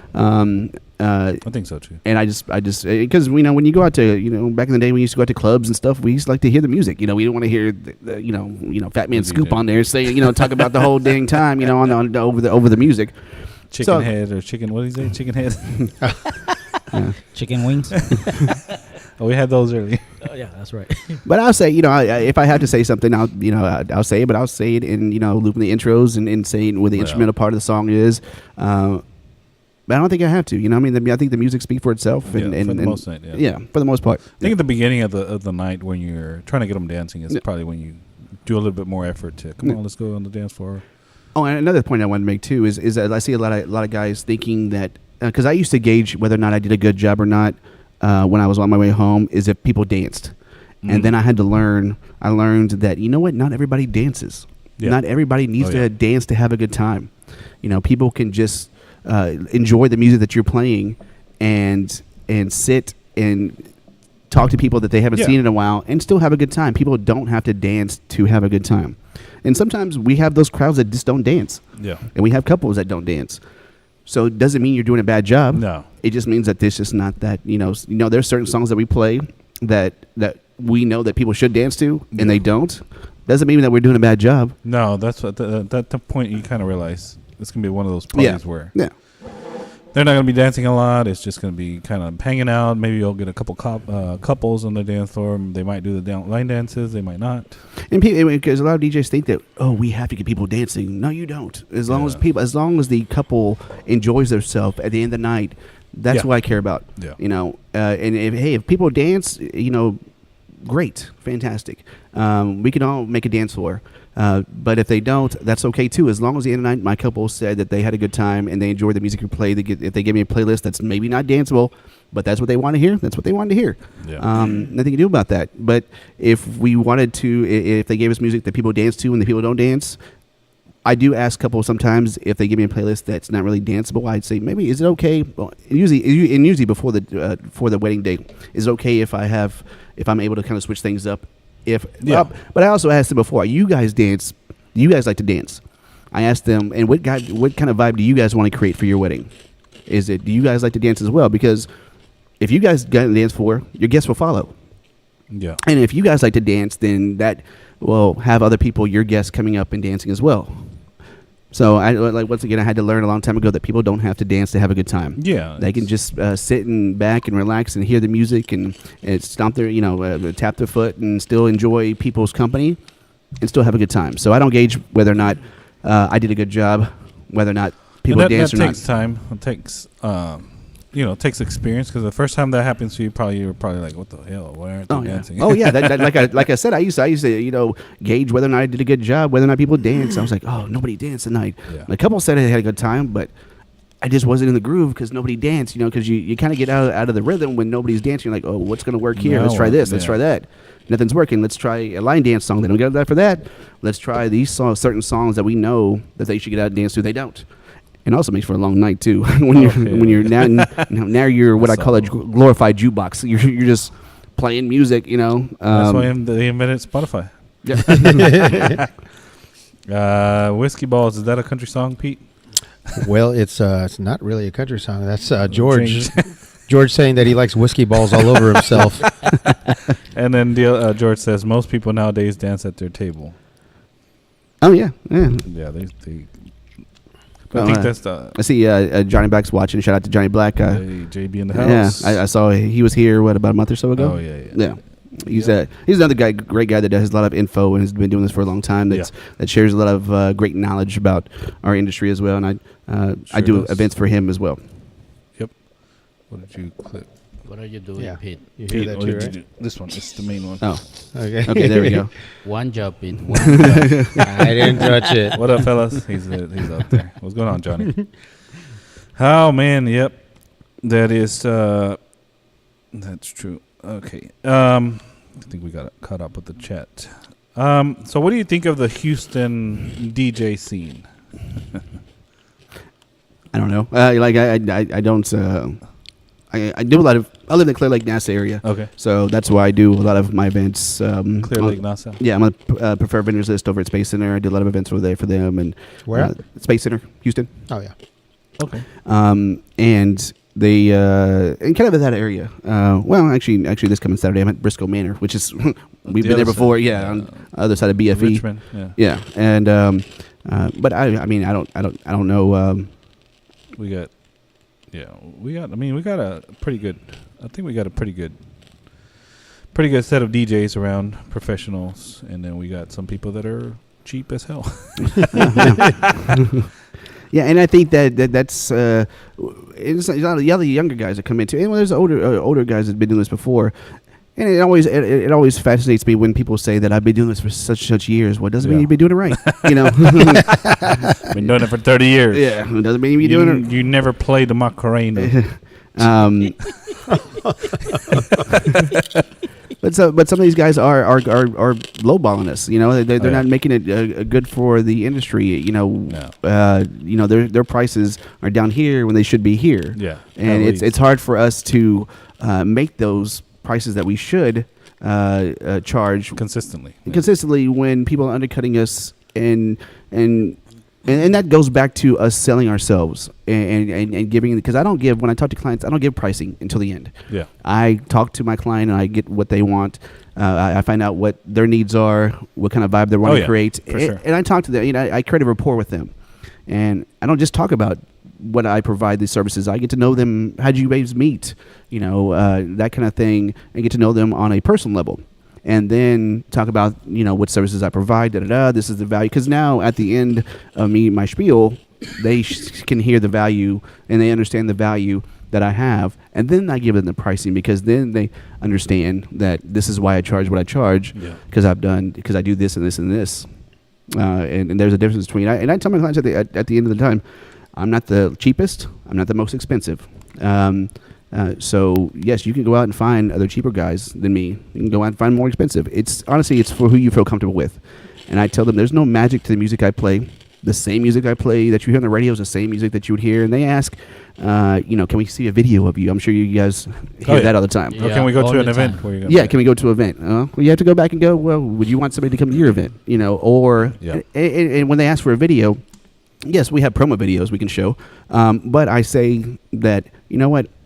Yes, I don't have a video of you because that event that I did for that client, that's, if you hear something that you don't like, or you hear a song that you don't like, but that's what that client wanted to hear. So, that's why I don't have a video. It could be a negative thing for you. It could be, yeah. And that's why I go back to telling them that if there's no magic to the music I play, same stuff you hear on the radio is the same stuff. I can mix the songs. So whatever, and I tell them that music is the easiest part of my job, is because you pick the music. You know, you and your husband, you and your fiance, you guys pick the music. So whatever you guys want to hear, you can pick everything from, you know, the prelude music to the cocktail music, dinner music, all that, and be as detailed as you want to. Or you can say, you know what, Mike, we want these genres, and then I'll fill in those spots for you. So going back to, you know, them asking for the video. Well, I don't have one, but, you know, this is what my services entail. I'm sure by that point they hear kind of what my spiel is, and they understand me and how. And I go back to, once again, there's a difference between a DJ and an MC, and I explain that to them as well. So hopefully, for what they get from me, you know, and justifies the price. Yeah. But you know, you had said that you know, another DJ could play the same music that I'm playing, that kind of stuff. But honestly, I know a lot of DJs, and I've been to events where other DJs are DJing, and yeah, they might play the same music list as me, but it's the timing of the music that they're playing and the order they're playing. Oh, I agree. There's programming makes involved. A huge difference. Right. Huge difference. And I say that, and I meant that say to where, you know, there's no magic to the music I play, like what you hear on the radio, or unless they want, you know, specific remixes and things like that, you know. But yes, you're right. The timing is that comes from experience. Key. Yeah, that comes from, and that is very important as well. I was just referring to just the music, the songs that, you know, they pick. You know, if they pick Celebration, you're playing. Because if you show them a video where you have the YMCA playing it, like, oh no way this DJ is going to be playing that at my wedding. You're gonna eliminate yourself. Yeah, right. Yeah, that's why I like, you know, have videos. You know, but yeah, I mean, there's a certain time to play. I think the people song. that are a little bit, because there's people that are adamant. No, I got to see you before I hire you. And I don't allow brides to come visit me at my well, event. not No, even no, allowing. I mean, even like showing them a video. Like if you were to show them some of those Taylor Swift videos, they'll be like, "Oh no, you like playing that kind of music? I'm not going to hire you." Well, don't hire me then. That's fine. Somebody else will. But you know, we're trying to find a way to where we can deal with that client. Yeah. Well, that goes back to you selling yourself to the client before showing them exactly. To where they don't exactly. They don't need a video. They don't have to. They just hire you because they trust you, right? And they know they're going to. And I think that's what you meant to say by there's no magic to the music. We're going to play the same music somebody else is going to play. And might not be the same order, but you know, there's certain in our job as but music is music. We don't make music. That's what I'm saying. We're not gonna sing it differently. Right? Yeah, that's what I'm saying. Whatever you hear on the radio is what we play, unless you want to hear remixes. Pete does have a point. Like there's DJs that will play certain song at the wrong time, or you know, you play Wobble, then you go to Tennessee Whiskey, and then you go back to something hype. Pitbull. Then you're playing the same music, but you're doing a fucked up job. Yeah, that dance floor is confused. Right, like, what are you playing now? Oh, shit. What I tell my clients is I do what you call peaks and valleys. Yeah. So I'll play, it also depends on their playlist too. So if they like a lot of eclectic music, like different genres, then I'll play 2 or 3 songs in one genre, and then I'll play a soul song, 2 or 3 songs in one genre. You know, and that's also one thing you have to kind of fill out at your event. So of course, you know, sometimes they're getting too tired. If they get 5 minutes. I mean, we play 3 songs back to back. You know, that's 15 minutes, or 12 minutes of people dancing, 15 minutes of people dancing. You play 3 or 4 songs. It's a lot of time to dance. So then you do that one slow song, and then, you change it up, and then you change up the genre. Also, once again, it goes back to the kind of music your client wants as well. But yeah, I like to, and also your guests too. Sometimes you have those younger crowds that want to keep that energy up here, and they want to have, like this past wedding that I did for DJ Ivan. The couple, I didn't play one slow song for 2.5 hours. It was a lot of different genres, but this bride wanted a 30 to 20 minute power hour of Taylor Swift. That's very popular. What she called the power hour. Very popular. Yeah, and her name was Taylor. And I played 30. I didn't play all of it. All the songs. Some songs I did play in its entirety. Some songs I mixed it up. Yeah, but I played 30 minutes of Taylor Swift, and that's what she wanted. So you got to do a lot of music too. Yeah. Now, did you play Taylor's version? I did. Hey, you know what? It's funny you say that is because the bride had the song and Taylor's version. Yeah. So I know what the deal with that is, right? Yeah. Found out already. Yeah. she had to remake all of her Yeah. songs so she can have the rights to her music. And she's probably one of the first to do that, right? Or the first. We're first to remake, lot of music. not to own or masters, but first to remake their music that they've already made. Yeah. To get to own the rights to their music. DJ Vic says he's in the house, and then since we didn't reply to him, he said hello. Oh, Victor, yeah, I use Victor all the time. Him and Eduardo, they for my 360 photo booth, they do. I outsource that. I don't have that. Just one thing I just I don't want to deal with, to be honest with you. More stuff. Yeah, more stuff and I just outsource it. They just work under Eventwise, and I book him and his brother out, and they do a great job. Cool. Yeah, he's in the chat. He's what Victor is like 20 now, 21. He's still in diapers. Yeah, Yeah. 22 going on 2. Hey, we say Victor, it's past your bedtime. We need you to go to bed, sir. It's a school night. Emotional damage. Gotta get up early for high school. Ya duérmete, cabrón. Translate chat. Joke. Go to sleep. MF. MF. Go to sleep. Oh, shit. The community class starts early. Singer Kelly Clarkson was the artist who advised Taylor Swift to remake her songs. Yeah. I didn't know that. Yep. Yeah, that's pretty recent, right? Like this year. It was a couple of years. I think. When she left her, the manager she had owned the rights, bought the rights of her music. The same one that manages Justin Bieber. What's that guy's name? I don't know. It's a young guy though. Yeah, He's pretty young. I forget his name, but he bought the rights to her music. Kind of goes me back to we talk about artists. Is I hear my Prince story. Okay. So a good friend of mine, another DJ, Peter V. He's been a huge Prince fan. He's forever, and it's probably like 10 years ago. Prince was playing over at Warehouse Live, which he wasn't playing. He had an artist on his label, Shamar, a female artist from Houston, and Prince was playing guitar for her and helping her out. She was on his label, so he'd come out, and so he was at Warehouse Live. I remember get done. Peter, and then tickets were only like $12 a piece. And so Peter got tickets, and it was like a Saturday. I got done with your wedding, so I'm still in my suit.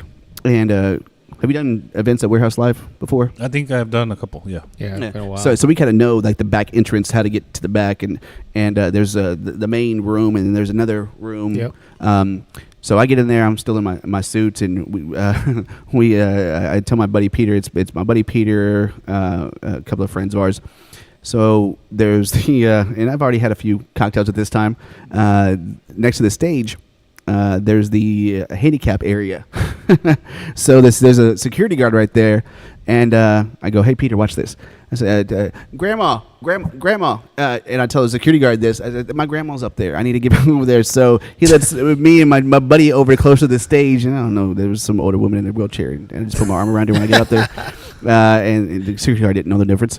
And so we got close to the stage. At the end of Prince's concerts, he likes to, he got out there and did Purple Rain, but he also liked to do play the funky music, and he'll get people on stage to dance at the end of his sets. And then after he got done, there was an after party in that other little area, and it was invite only, and there was only like 20 people or so, but. At this point, I'm feeling pretty good, and I'm still dressed in my suit while I go back behind, and I know how to get back to the back area. And I get back there, and as long as you act like you know where you're supposed to be going, Nobody stops you. Nobody's gonna say anything at all. Especially if you're dressed up. Yeah, and I'm dressed in black and a suit. Or a suit. And you have these security guards back there that make $1.95 an hour. They don't care. And so I went up to the security guard back there in the back. I said, "Hey, let you know, I'm part of Prince's security. So do me a favor. Don't let anybody else back behind this area. Okay. He's going to have an after party over here. Okay. There's only a few people. Okay. He was like, okay, I got you. Yes, sir. And I kept going. And so then, and they weren't even letting people over into the after party yet. And so I go into the other room. It's just me and the caterers in there by ourselves looking at each other, like the caterers that had, set up for the after party for the food. Shit. And so I called Peter. I go in the restroom, and I called Peter, and him and his friends are in the back. So I go back to that security guard. I go, "Hey, I'm going to do you a favor. I don't normally do this, but I'm going to give you $20, to let my friends in and just to help you out." I gave him $20, let my friends come in. We go in the back. We wait for an hour and a half for Prince to come back to the after party because apparently he left his clothes at his hotel and had to go get them and come back. Yeah. But Prince wouldn't let you take. Yeah. And Oh, he's pulling a Chuck. Just, Damn it. and so Prince wouldn't. It took about an hour and a half for him to come back, Yeah. but he wouldn't let you take any pictures. And so, but he was only like 5'3", short. But when he came back, he greeted everybody, and you could be able to talk to him for a couple of seconds, and yeah, that was my little Prince So story. you got to meet him. Yeah, yeah. first. Yeah. What year was this? Ooh, this has had to been over about 15 years ago ish. Good Lord. Yeah. $12 a ticket. Well, because he was promoting the girl on Shamar. Oh, it was on his record label. Yeah. Gotcha. I heard Yeah, so it was promoting her album. Mike Mira said the name was Scooter Braun. Scooter Braun, yeah. That's who bought Taylor Swift's Masters. Before Chente was born, says Victor Vargas. What the hell? Was it me? Huh? No, Chente was already born. Yeah. Chente Or was maybe already him. Who's Chente? there. Only one Chente. It's, well, I think they call him Chente. Who? Victor? Yes. Who's Chente? Vicente Fernandez. No, but on the chat. Oh, Victor, yeah. Victor's Chente. Victor. Before he was born. Yeah, back in The 90s? 2004. The 90s? Ah, damn. What is this? 2001. The fuck? I'm not Chuck. I don't sleep on the first date. You slept on top of your first date? Ask Pete. 9 months. It's been 9 months. There was no sleeping. There was no sleep. There was no sleeping. It's been a while. That's a song. Oh yeah. We got the crunchiness. We got the crunchy, and then you okay? What the? Chuck's gone. Yeah. He's gone. Adios. MIA. Let's talk about him. So what did you do with the Texans? And you said you were there for 10 years? Oh, okay. Yeah, so I think the Texans' inception was like 2001, 2, somewhere in there. So you remember, the practice field, the bubble? Where did they have Yeah. Yeah, right across the street from the stadium. Right next to it. okay. Yeah. It's the bubble. Yeah, we call it the bubble. Yeah. It's practice field. At the time, they call it. I was working for Joe, and they hired Joe and he had me there. So what I would do is I would it was at the time it was called the Miller Lite Club, but then it turned into the Churrasco's Club. And it's basically like what I call a rich man's tailgating because it would cost $100 minimum just to go in there. But it was at the time eventually it became Churrasco's Club. It was catered by Churrasco's. It was open bar, open food for 2 hours before each home game. So I'd be there emceeing, DJing for these 1,500 fans that came out there. Dang. And not all of them were Texans fans. I mean, especially there's some football. But that was a good networking for them. A yeah. lot of people, like people that that they were probably there a lot to network and to do Texan stuff. Right. Yeah. And that ticket was separate from their actual game ticket. Dang. So yeah, $100 just to get in there. Sometimes it would be more depending on the team they were playing. So it was like if they're playing the New England, or Steelers or Cowboys. So it'd be more money for those certain teams. But yeah, so I would MC a DJ for that. I did that for about 7 seasons, and then they had me come back over to the Bud Light Plaza stage. So it's kind of like another pep rally the Texans will put on for their fans. The To Go Texan store is it faces the Blue Lot area. So anyway, so they would have the band. They're called the Slags, but they're called Battle Ready Band. And so what I would do is and that was also 2 hours before the game. And so I would just basically MC. My contact there with the Texans was Disney, but that was her name, Disney. Oh. And but she would she knew that she wouldn't have to sit there and tell me when to go on and when to do this and when to say that. So the band would play for the first hour, then the cheerleaders would come on and I would introduce them. I introduce the band, the Deep Steel Thunder, which is the equivalent kind of like the Texans marching band. Yeah. They would come out and do the performance, and I would just basically orchestrate all that stuff that was going on in that area and MC that part. And there was a little part that I would play music, because they would have Gridiron game would come up and do like musical chairs and a dance contest and stuff. And so I just played music for that. I didn't bring a rig. I just put on my laptop because it really was a DJ. You weren't mixing? No. But yeah, so I would MC and do that. So I did that about for 3 or 4 seasons over there. So you were in charge of like getting people hyped up and getting people just kind of presenting what was going on. Right. Yeah. So if I would introduce the cheerleaders of the band, or I would try to get them hyped up before, and also give them information. We have such and such. Being the captain. This is due to the national anthem. This is Battle Ready Day presented by Hyundai. That kind of thing, and then telling them what the next home game is, what to wear. Just information and get them hyped up as well. No. So you had a kind of like a structure to follow. Right. Yeah. So they would give me, I don't know about y'all, but for me, when I get information from clients, I don't need to read things, to verbatim. Just give me cliff notes. Just give me bullet points. First, second, third, around 2 o'clock, around 4 o'clock. Just give me bullet points. I don't want to read something. Oh, yeah. The caterer will be passing out each plate to each individual table. Mm-hmm. Right, Please have your plate ready. Why does the DJ need that? But just give me bullet points. Yeah. And then that's how I announce things, because I can fill in those spots that I need to. Oh yeah. Yeah, don't type it all out. To make it, because I don't want to sit here and look like I'm reading it. Sound 25 pages. Yeah. It's like, and especially some coordinators, it's like I don't want to know what the bride did the day before, at 9 o'clock in the morning. 8 o'clock. Be arriving at her. Like she's gonna go see her sugar daddy before she comes to rehearsal dinner. I don't want to hear that. Okay, I don't want to see it. Yeah, baby. So DLF Media is in the chat. Oh damn. Oh. Centimeter Peter with the crunching. Oh good lord. No mames, güey. George. That's on YouTube. George getting mad. I'm gonna come over and give it to you. Okay. Oh, George? Calm down, George. All 10 millimeters. All of them. Yeah, baby. Just like that. Oh, just like that. He's gonna pop the bottle. I'll pop something else. Cherry. Pop the cherry. I think it's already been popped. Oh shit. Emotional damage. You should put like a at the end of that. Right? Yeah. Oh, the whipping sound. Yeah. The whipping. Protégeme, Señor, con tu espíritu. Did you do any MC training? Radio. College. I went to college for radio broadcasting. So there it taught me how to enunciate and how to open your mouth wider when you talk. Damn. I walked right into that. Okay. So the secret is open your mouth wider. That's what I tell George all the time. But yeah, so they at radio school, broadcasting school. Radio, TV announcing, yeah, and to learn how to talk speak from your diaphragm here, and learn how to enunciate and to pause, and also like I remember one of our things was one of our teachers, because the microphones are very sensitive, so you don't want to pop your P's, and so what she would do is she would give us a copy.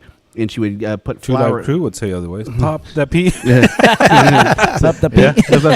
Yeah. Oh yeah, that baby, and so you would take the flour and she would put it in front of you, and then she would give you a copy that had a lot of peas in it, and then if you said P, the flour would come on you. So that was just a way not to. And also, if you do this in front of you when you're talking, and if you said P word, it's not going to like it would if you so it sounds different. But as far as I guess MC training, I guess it came from the radio. How long is that course? Alvin, it was I was on the radio there. Well, I was on and off for quite a few years. It's a 2-year course. It's an associate's degree, but associate. Okay. It's associate's degree. But I was there when I after school, and I just enjoyed the radio, and I would come up with bits and things like that. I just enjoyed the radio aspect of it. I think that would help current DJs that have trouble. I mean, is that something that people can still do? Oh yeah. You can, and also you can do you can take those single classes and and I think that's beneficial because a lot of DJs don't have proper training to MC. There's nobody to tell them. They just have their previous mentor to go by. Right. And if that guy and sometimes the previous mentor is not. Yeah, exactly. Doesn't know what they're doing. That's what happens. So yeah, there is actually proper training to get to to learn how to People public don't know speak. about it. Yeah, or learn how to public speak and learn how. Toastmasters. Yeah. I think I did. What's his name? I forgot his name. Marbecca method. That one's pretty good. Was it? Yeah. What's his name? Mark Pearl. Oh, I see him off it. Yeah, older. Yeah. Yeah. Oh, yeah. Did you went to one of his? Yeah, I did his training. I mean, it was they had like another. They did state, one right? here in Houston. Oh, they did. Yeah, but it was a long time ago. And now they broken it up to 3 bronze, silver, and gold. Oh, okay. Like a Sounds like a pyramid scheme to me. Could be. What's the name of your cult? What kind of cult are you? What kind of cult does he have? Mike says, Mike, did you ever play the hideout during rodeo season? No. I think I've done. When I was working for Joe, we did the House of Blues tent.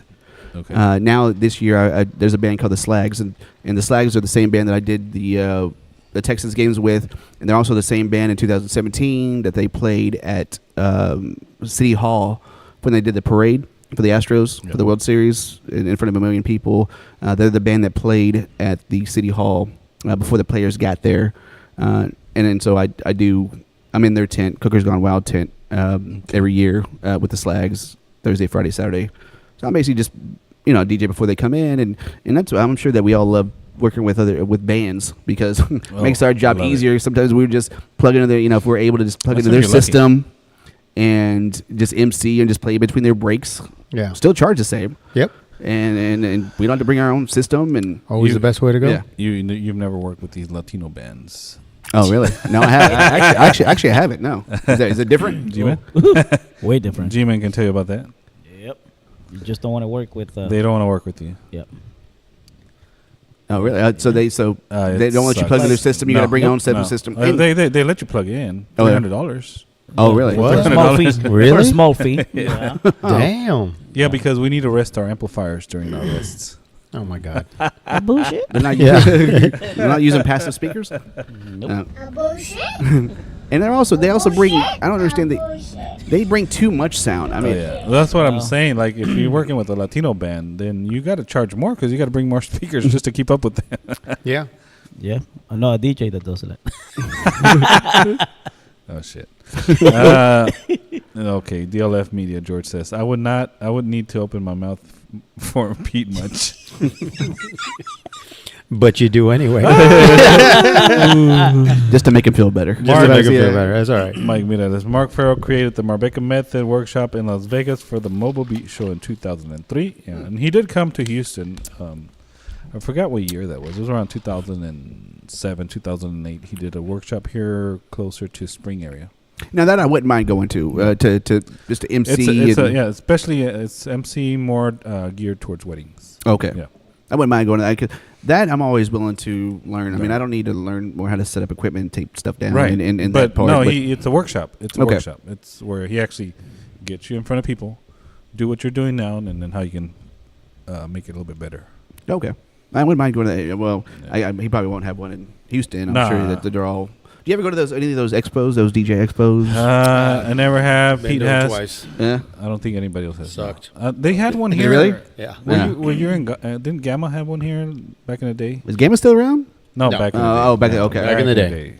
Yeah, Gamma used to try to put on one every year. Yeah. I think Paul Olsen used to be involved in that. Yeah. Yeah. No, I think he was in both. No, I think he was more. He was in both. And the other DJ. Okay. What's the other one? ADJ. ADJ. Yeah. Yeah. Yeah, no, the one, I've been to 2 shows over in Vegas back, what was the, oh my God, what was it called? Oh, Jesus. It's so long ago. How long ago was it? Las Vegas. The Mobile Beat. Beat, yeah. I did the Mobile Beat. I did it twice. The first one, it was just lame. It was just, you didn't learn anything. All you learned was if you want to learn something, buy my books, buy my CDs, buy my DVDs, and we're going to teach you this. How would you guys like to learn this? Yes, you guys want to learn it? Buy my DVDs. Yeah. That's what the whole thing was, and I was like, this is lame. This is stupid. So I skipped it for a couple of years after that. The only thing that was good about that was the show floor. I was about to ask, like, is it equipment that's coming up from all these other companies? The show that are- floor was fantastic. Yeah. You got to see the newest things that they were releasing. You'd get specials, for being at the show. I bought amps, bought all kinds of stuff because it was cheaper than what was available at the store. QSC Crown amps. Yes. And so, yeah. So then I skipped it for a few years because I was like, no, this isn't cool. It was just lame. It was a waste of time. And I said, okay, well, I'll give it another shot because somebody had told me, oh, no, it's changed a lot. It's changed a lot. I was like, okay, fine, I'll go try it again. I tried it a second time. I was like, nope, exactly the same thing. And it was actually worse because when I went to the show floor, it was only half the companies there at that point. So the first time that I went was a bigger event. This was in Vegas both times? Yeah. Okay. And the second time, it was just, it's annoying when you go into one of these conference things and you're in a big room with everyone, and one of the first things that the speaker says is, from the first time a little girl starts playing, it's her number one dream is to get married. Oh, geez. And that's all she thinks about till her wedding day. And I'm like, Wah, wah. what are you talking about? Little kids are not like, I just want to get married. You know what I mean? No. It was just so lame and cheesy that I was just like, no, this isn't for me. And also, you have a lot of guys there that all the DJs try to one up each other, you know, and they're like, Oh, yeah. I use this. No, you should use this. I use this. I get music from here, or this is how you do it, or this is how you should do things. It's like all these guys just trying to one up each other. And I'm sorry to say, but whatever, our industry has some of the people, men and women, biggest egos, and because we like to be in front of people. Me personally, I'd get on. I have to say what I have to say and get off. Some people just like that being in front of people. Attention. And it's about them, and then also they transfer that into their personal life, and they want to be the center of attention there. And when you think you're up here, but you're here, and you're the ones charging that $500 for 9 hours. You're not that important. You're just not that important.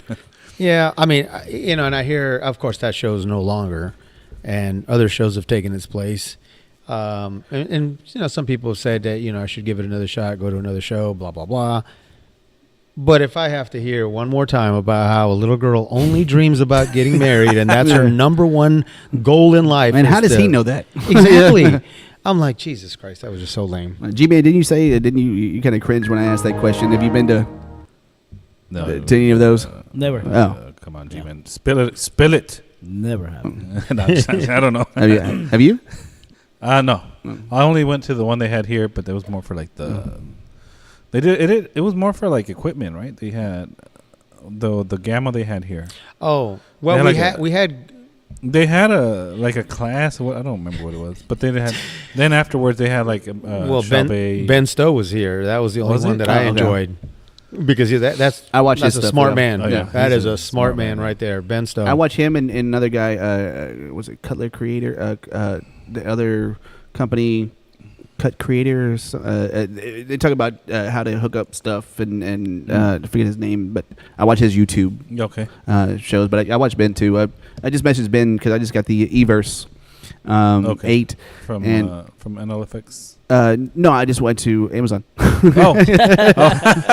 Faster delivery. Get it on Prime Day. Yep. Got the case for it, and got on Amazon. The Everse. Yeah, and then I got the. I have a microphone. It's a Shure. One of the higher one of the ones. Well, it's a, the Everse, you can hook up a 12 volt. Yeah. Well, I think mine, and I know more about audio than I do electrical, but I did, but my receiver is a 15 volt. Oh, shoot. Yeah. Should still work. Well, I messaged Ben. I said, "Is there something I can converter or something?" He said, "No, unfortunately, you can't have that receiver plugged in there. There's nothing to bring it down from a 15 volt to a 12 volt." Yeah. Yeah. I would still do it. I think it's still work. I would. 3 volt difference. I haven't tried it, but if it turns on, it'll work. If it doesn't turn on, that's it. If it starts smoking, you might just want to disconnect it. Just start looking for your warranty. That Amazon warranty. That's right. No, it's 15 volts is what it'll require, so it's not going to push. It's not pushing more than it requires, so it might still work. Oh, Now, if okay. it was 18 volts going into 15, then you're gonna fray it. Oh, but it's also the The whole connector. connector. Yeah, It's got the wrong size. hole. Yeah. Okay, yeah, yeah. There was no hair on the hole, Well, so I couldn't find it. Well, nowadays you're gonna have a lot of trouble. Yeah, baby. Yeah, baby. Well, there's I've been seeing a lot of stuff about that because a lot of receivers. So it's positive, negative on the receiver. So sometimes the positive is the middle, and sometimes the negative is the middle. So people have to find the right adapter. So you might flip it. Now, if you put it the wrong way, it's not going to burn out. Oh, okay. Because DC power is not that Yeah. powerful. Okay. So, but there's people that saying it doesn't work with their mic, so they have to get the one that's the wires are crossed. Oh, okay. Yeah. I know enough about that to get me in trouble. Like I'm an audio guy, but not electrical. Yeah. You know, this could fit in here, or you need this voltage to go in there. You know, this can't fit in there Because it fits. I mean, you've got to Yeah. put it in So there. you're saying I can't put a square into a circle? Is that what you're saying? I think Well, you can if you got a hammer. Which one is it? What are you doing, Pete? We got jiggle I'm handle. not doing a damn thing. One job, Pete. One job. I ain't touching nothing. That's what she said. That's what she said. It's not a he, it's a Chuck. That's what Chuck said. Oh, I'm just glad Chuck's awake. Damn. Oh, he's always awake. Yeah. It's just- Barely. I'm always away. It's Hey. just I can talk too much today because I have a sore throat. That's all. I'll tell you why his throat hurts later. Yeah, baby. It's all about You centimeter show me, or Peter. you show me, or you tell me. I'll tell you. I'll tell you. It's all about centimeter Peter. Centimeter Peter. yeah. Damn. No, I was watching the show last week with George. Yeah. and, George is funny. and you weren't here. Yeah. No. Yeah, Well, Wesley it- was What, off. what was something else was sore last week? You couldn't make it. Yeah. Remember I said at the beginning I had 12 events in 9 days. Oh, okay. I was busy. something else was sore. Ouch. He was selling raspas. Franklin, I don't know what happened. I tagged him. Let the bass hit. Let the bass hit. Let's go. What? Hey. All right. Oh. Let my chain hang low. There's a wallet to the flow. Mike Miranda said he was vice president of Gamma from 95 to 99. Oh. Damn. That's before Very sorry to hear that. That's before I was a DJ.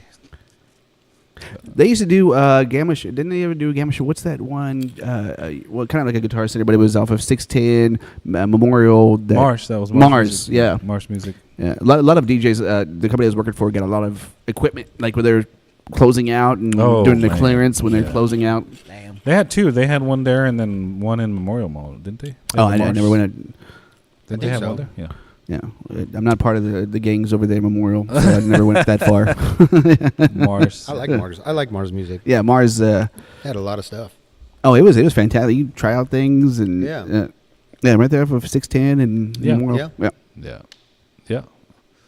By Bel Air, right? And- Close to Bel Air, yeah. I used to go when I used to buy CDs because at the time you don't want to buy a full album that you only need one song One or two song, songs. You know, when you get the singles, well, there used to be a Soundwaves. I don't know if it's still there or not. Off of Montrose Westheimer. There's Soundwaves there that they did a lot of singles, and that's what I would buy myself. Or Cactus Music, too. Off of Shepherd, I think Cactus 59 Shepherd. So you'll buy the single. The singles, yeah, and $2 or $3. I think that's how I buy it. The first time where Whoop There Is or Whoop There Is, that's how they came out at first, right? It was just a single. One, like, Mhm. they Yeah, had like three or tag four team. versions. They had like 3 versions of the song. Yeah, that's what's cool about a single because you get the Yeah. original version, you get the extended version, you get the acapella version, you get the 12 instrumental minutes, version. Yeah. And plus, it only costs you $2 or $3 opposed to have to buy a whole damn album. You know, $15. For Yeah. one song. 20 song. Yeah. and that was cool. And then Mobile Beats, started putting their together compilations. And then now that's what I call music. That's Yep. what I used to buy. Yeah, that's the one. Get all the newest stuff. Even then, you would probably be able to use like half of the songs on that CD. I still have my now. That's what I call music one. First one, yeah, that one. It had the fastball on it, the way, and yeah. Oh shit. Oh, Franklin's over. Is he here? Yep. What's up, Franklin? Or Chuck just to flex his finger work.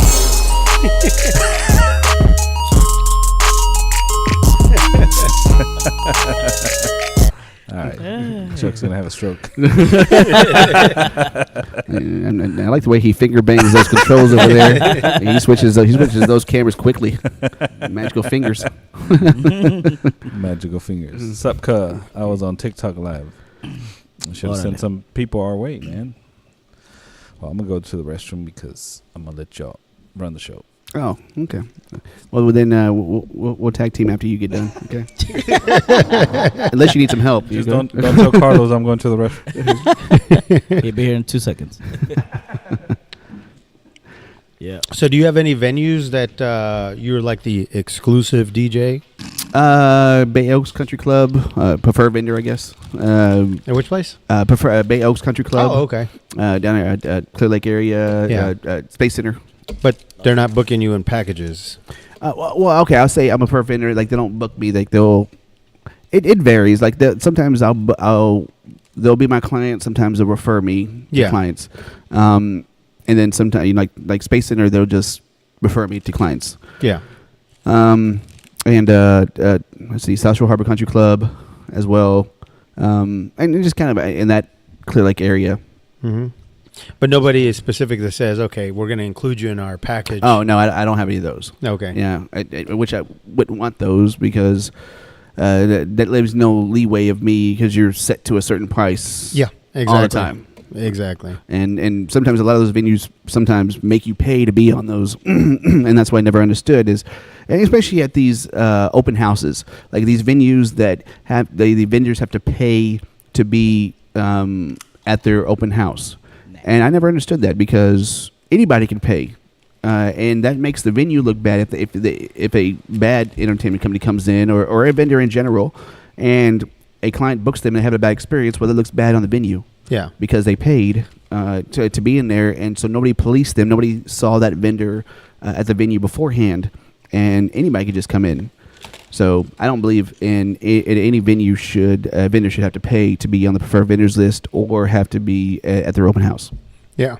Yeah. So, like a long time ago, I used to be, I'm not even going to say the name of the place. I'll tell you the name of the place later. Okay. Say it, But it was on Nassau Road 1. Ah, okay.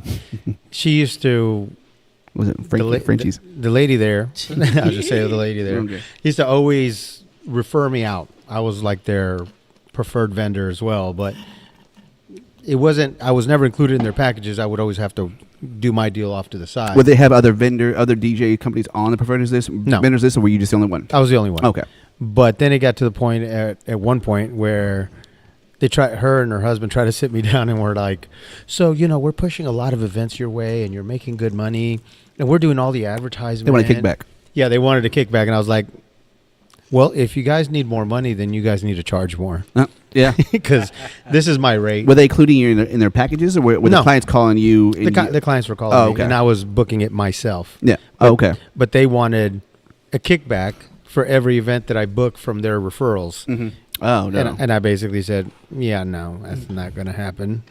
If you need more money, then you need to charge more. Yeah. You don't need to cut of my money. You just need to charge more. Right. But I know a lot of DJ companies out there that are posting up how proud they are. They're the exclusive resident DJ for these facilities and stuff like that. That just means you're the cheapest DJ they could find. Yeah, I agree. Because because I will say this. I will say that if that does happen, I do like, so. For instance, an example like a coordinator. If they're going to book me, I will give them a discount rate. Because we understand that especially like if we outsource something, we need to come down. If we need something to be outsourced, that vendor will come down on their rate so we can make money. So if this coordinator is booking me and I don't have to do the legwork, and they're saying, this is the DJ entertainment company you go with, then I give them a discounted rate so they can make some money. It's 20%. That's kind of industry standard, I think. 20% to come down on your rate. And even at venues, like I'll come down if I'm going to be on the preferred vendors list. If they book me through them, I'll come down on my rate, so they make a little money as well. But I'm not coming down astronomical for them. Exactly. 20%, maybe 15-20%. Yeah, I totally get the 20%. That's like you said, standard. No. Yeah, so I get that. But now if they want back pay for that, for what you refer them, makes no sense. Yeah, I'm like, that's not gonna. If anything, you're making them look good because they're referring you, and you're doing a great job, and they get good reviews. And exactly, they had a great time and all that. So that's kind of where stuff. your value comes in for them. Exactly. Yeah. Can I go to the restroom now? Yes, sir. Thanks, Dad. Think that you need a hall pass. I'm gonna go by to see my girlfriend back in third period. Okay. Study hall. Study hall. We're running the promo. We're running the intro. We still got the mics open though. Oh man, we're gonna go through it.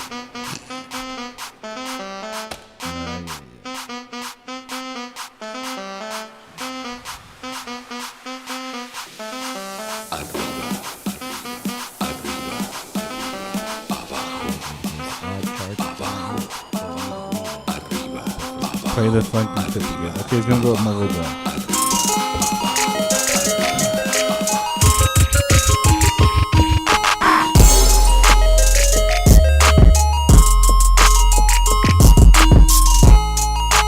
Yeah, baby, yeah.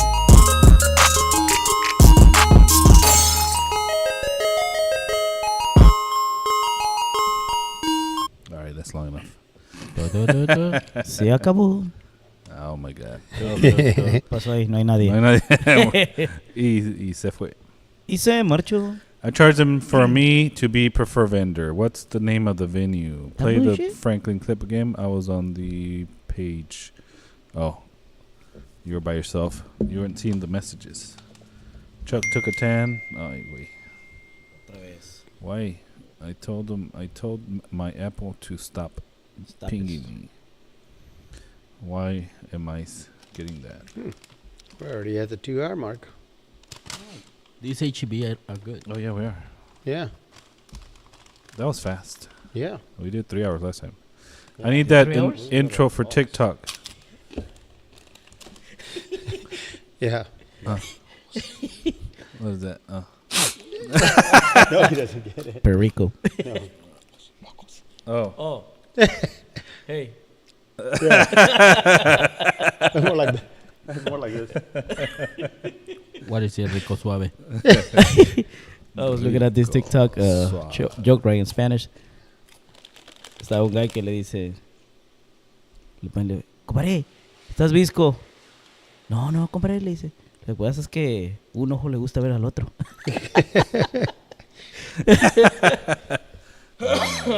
That's crazy. Stupid jokes. Inside jokes. Yeah. Franklin, you can find that song on YouTube. YouTube. I have it. It's on the page. On the page, if you look. Song guys. I mean, sup guys. If you go to the page, it'll be on there somewhere. I have the YouTube link. You can just borrow it from YouTube. Looking for what? What's he looking for? That song. The what song? You The say raspas. macho. The raspas. Oh, he was talking about el caballo. You say macho. También. What happened? This guy just left. I think he forgot his. He might have fell in.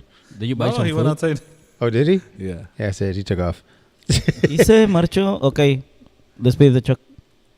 Oh, is this our exit? No. I don't know. Not yet. Not yet. You sure? I guess I don't know. He must have heard. Did you buy food?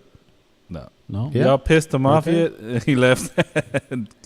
KFC? KFC? KFC? No. Yeah, right there. Chicken? Chicken? Chicken, motherfucker. Pochito chicken. Pochito chicken. Chicken. Chicken. No, chicken. Not check-in. Check out time. Check-in time. Chicken. I eat only chicken wing. Ya lo corrieron. Ahí viene. 3 shakes, amigo. He playing with it. Oh. 3, 2, 1. One. They're saying 3 shakes only. Salt shaker. Salt shaker. We have a salt shaker. His name is Carlos. Except he doesn't shake Yeah, salt. ¿dónde está Carlitos? El salt shaker. There we go. There we go. So if you shake it more than 3 times, you're playing with it? Yeah. Okay.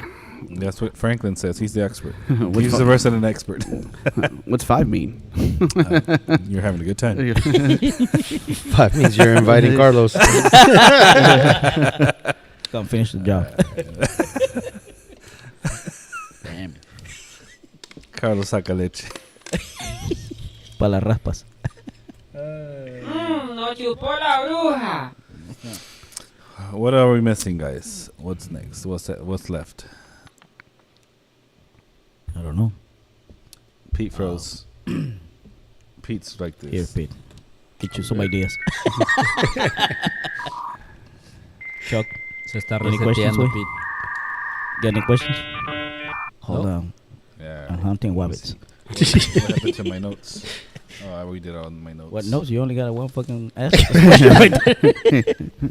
He's got three words on there. He's like, hello, everyone. Welcome to Miami. Disclaimer? No disclaimer today? No. No disclaimer, sí. Chuck, We this haven't is- had any disclaimers since Chuck, you left. disclaimer. Yeah, Chuck. Ya, este es un programa de entretenimiento solamente. Cualquier parecido con la realidad es pura coincidencia. Oh. Finish? Yeah, say that again so I can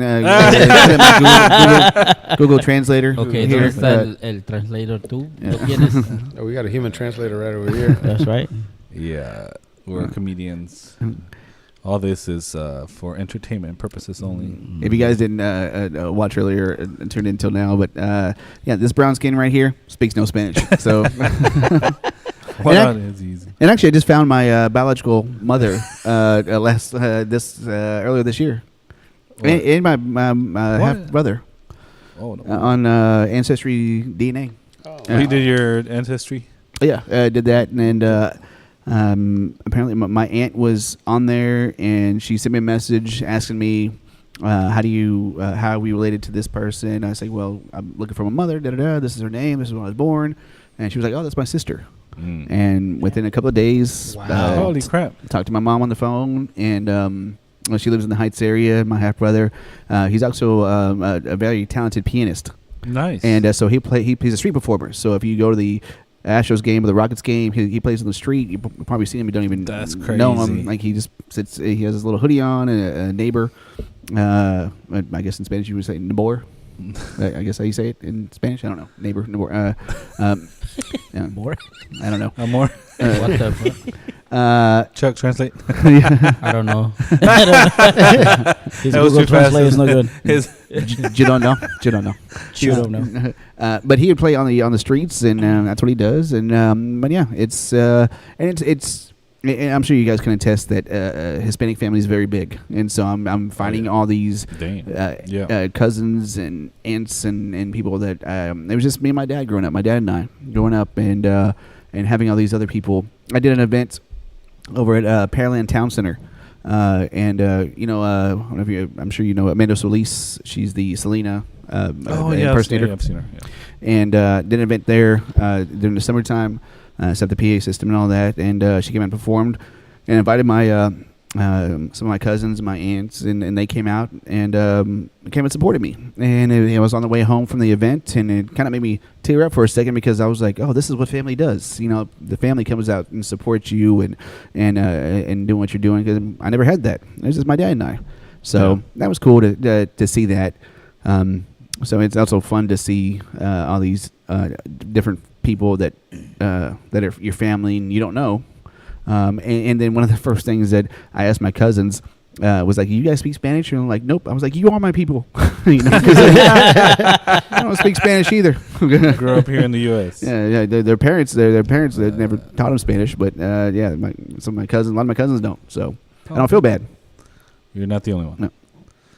No. What audio is he using? I think he's talking to you, Pete. What audio are you using at the bar? That's a good question. Mackey's. Yeah. I see the Mackie 12s. Yeah. Yeah. EV sub. Ya habla. Oh, damn. I just noticed Chuck is there, said Albert. Carlos tiene a Victor de rodillas.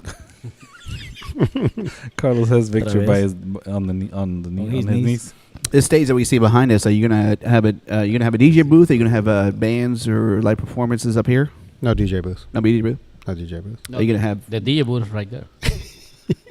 oh, is it? slash sound booth? Is that what Yeah, it is? Okay. yeah, that's the big the thing DJ right there. But are you gonna have live acts here too? Yeah, well, hopefully. Depends. You think they'll fit Depends there? on how loud it is back there because there's a neighborhood back there. Oh, okay. Yeah. That's probably the neighborhood you turned into earlier. Yeah. So it just depends. We'll see. Okay. So how does Mike feel about virtual DJ? I think we covered that at the beginning. He said it sucks. Oh, another virtual DJ guy? Yeah. Yeah. Oh, The virtual DJ guy right I'm a here. virtual DJ guy. What's Th- up? that- that's What's up? PC. Pre-Chuck. And, Before he got here. and just let you know, the reason why I got on virtual DJ, if you didn't hear me earlier, is that at the time that virtual DJ came out, the company I was working for was doing music videos.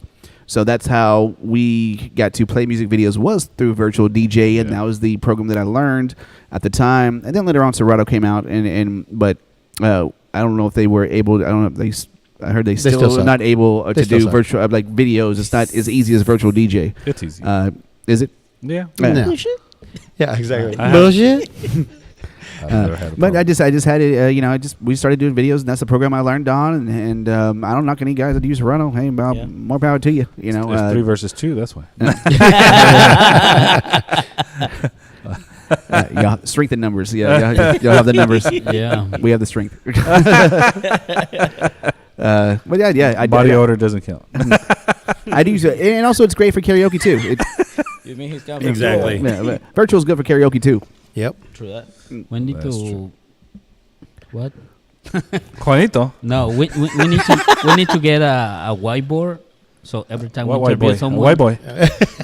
You want to get a white boy for? so every time we ask somebody Coloso. about Serato or Yeah. virtual Check mark DJ, it. we Oh check mark. do a tally marks on who uses Yeah. Serato, who uses virtual. Yeah. Start a database on that. Good idea. Well, it's only been. And let me ask y'all, 30 since you use Serato, have you used virtual? No. And what made you Well, yeah, I not did. choose either or? So we had George yesterday made pretty much all the good points for like he made 2-hour show about why he uses virtual DJ, and at the end of the show he's like, yeah, but I use Serato now. Like what the? So He's confused though. That's the problem with George. He's confused. he defended virtual DJ all show, and at the To end of the death. night he's like, well, yeah, now I prefer Serato. I also use a PC, so I don't use a Mac. So I use PC. Yeah, I use a Serato. PC. It's just easier because I use a gaming PC because I do music I videos. use a gaming PC. Yeah, and but so I'm always been a PC person, an Android Yeah. person, a Xbox person. Ah, you know, No wonder. Oh, that is an Android. yeah, this is He's got Green. a good phone. Emotional damage. Oh my. Yeah. but I've never used Serato, so I don't know the pros and cons. I can't speak on You should. on Serato. You should. Yeah. Yeah. Very, very limited. Well, tell me, Very limited. what have you used both?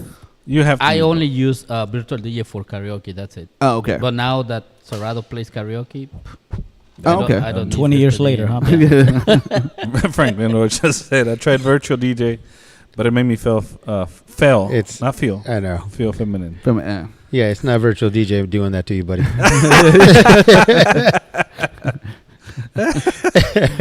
you might need You're to not see, taking testosterone. You're taking estrogen. That's right. He's taking the wrong stuff.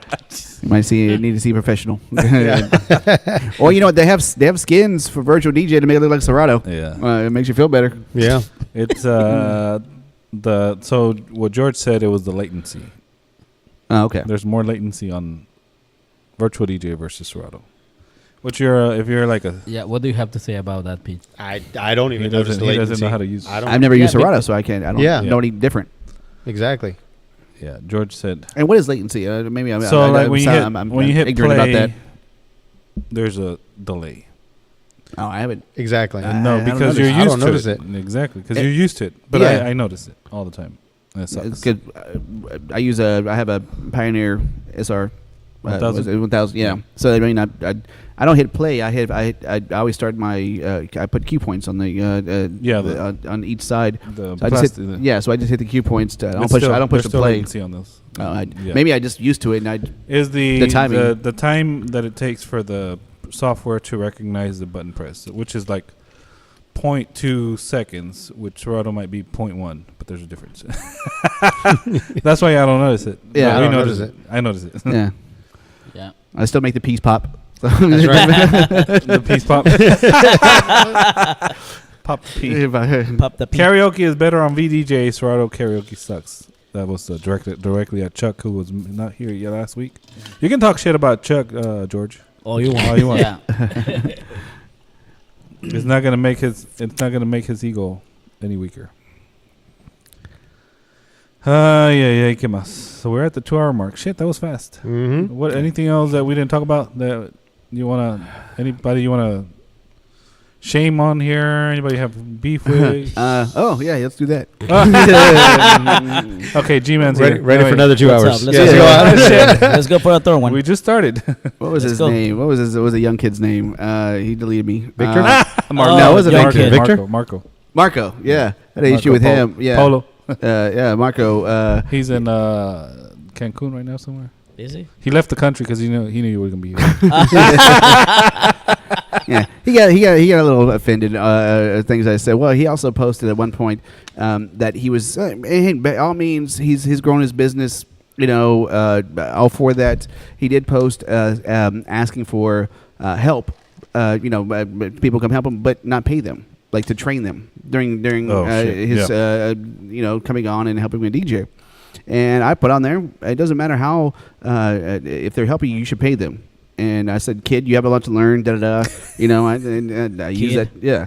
And got pissed off at me, and I went, he deleted me off of Facebook, so I went and found him on TikTok. So I was started Block me, commenting. bitch. Yeah. He was like, "Block me now, bitch." So I found him on another social media page.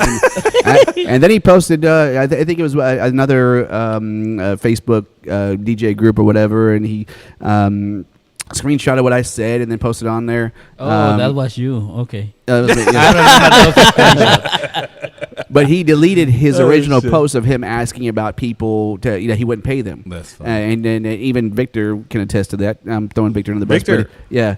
Victor saw that Gente. he posted, but because then Marco, he deleted it. So he The twisted real it on story. his favor. Yeah, he twisted it around his favor to make it sound like I'm the bad person. I'm coming at Facts. him, telling, who's this kid? Why is he calling me kid? Da da da da da. Oh yeah. I remember Sick those. kid. Yeah, yeah. Facts. Which I don't care. I mean, by all means, you know what? He's not going to change my life. I'm just. But in reality, I'm trying to help him, and maybe it might have come off as an asshole, but it wasn't. It was more of geared to constructive criticism. This is not what how the industry Yeah. and people should do in this industry. Is you should, if they're working for you, you should pay them. I think you learn from who you work with. Yeah. Who taught you? You know what I mean? And whoever taught him is what Apparently, he's trying to that's repeat. what they're doing. Yeah. And I had other DJs come at me, other friends of mine saying, why are you coming out here, this like that, and I was like, why do you care? But I'm just trying to explain to him this is how it should. You don't expect free labor. Yeah. You shouldn't expect free Right. labor. Yeah. And hey, more power to him. If he wants to, hey, build your own company and you're doing this, you're doing great. Hey, by all means, but do it the right way. Yeah. And do it respectfully and if you have people coming up, hey, take care of them. Yeah. Because you wouldn't be where you are now if there wasn't other people that helped you out. Yep. Oh yeah. Yeah, I was just trying to get words of wisdom and maybe I had 19. Well, he got offended because you call him kid. Yeah, that's what it was. Yeah, it was. He did. Yeah, he did. Kidtronics. Bad guy. And Bad guy. make sure the DJ you book for an event is gonna show up. I'm just gonna say that. Shit. I don't even know Emotional. how old Marco. How old is he? We don't What know. is his name? Michael, right? Yeah. Michael Let's call Marco. Michael Majes. Yeah. I don't know. Michael Mayer. Marco and Michael. He's young though, right? Yeah. He's learning. And then I think I posted that. Oh, this is one of the things too. I think I said something about him, and I don't know about if you guys do it, great. If not, I mean, more power to you. I just don't like putting my speakers next to me. Like if I'm in a venue that needs to be spread out, I spread out my speakers. A lot of guys, That's what she said. will just put them right there just because they're lazy, and when they're in the venue of 200 people, they have I spread out my speakers. And Or 300 people. and because I just understand just sound dispersion, and you put your speakers right next to them. Well, the people in the back can't hear, and you want to turn it up, but you're blowing out the people in the front. And so there was a venue that I've done, and then I said something about him putting the speakers there. next to him. And, shit. and then I played the same venue, and I took a screenshot, and I put a split screen and put where I put my speakers, where he put his, opposed to where he put Where's his. that? Is that on Facebook? No, he deleted it. No, because I put it on his. I'll show you the picture because I posted. Oh, actually, you can send it to Francisco right now. Franklin so we can Rocha, show it. Is the right way booking a wedding and no DJ shows up? That's a question. Is that the right way? I don't understand the question. I don't either. It's another. We're talking about the same subject, same person, and something happened. So. Oh, okay. Yeah. Apparently, somebody booked a DJ, and the DJ didn't show. And the same day of the event, they were looking for another DJ to replace the DJ that didn't show up. Oh, okay. Okay. That's on Facebook, so that's. Oh, okay.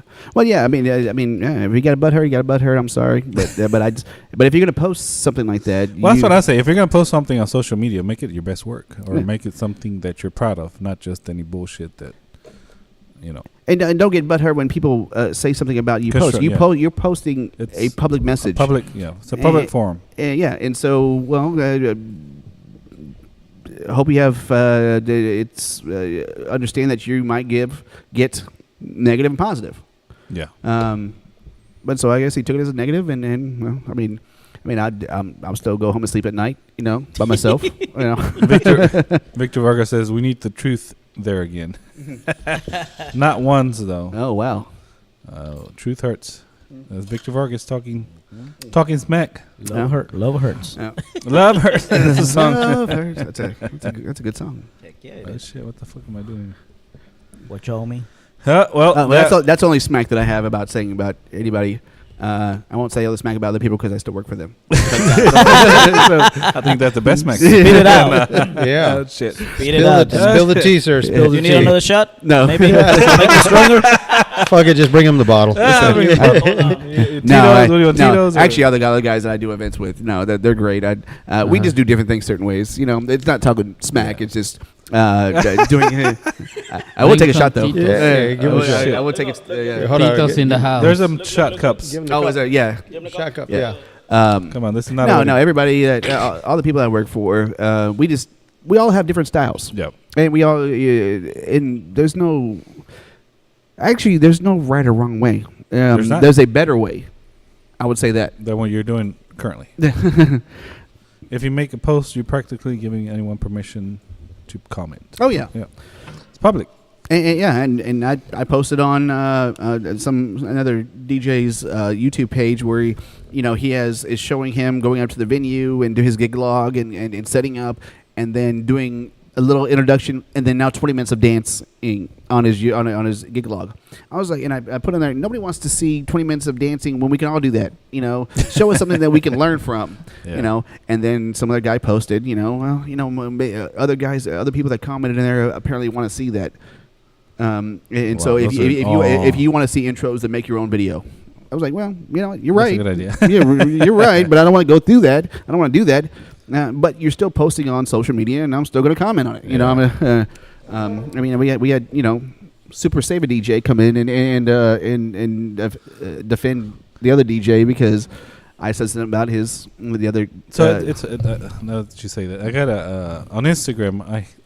You know how you get your reels, or you're going through them, and then you read the comments, and people are posting like funny stuff. So there's this comedian. Cheers, gentlemen.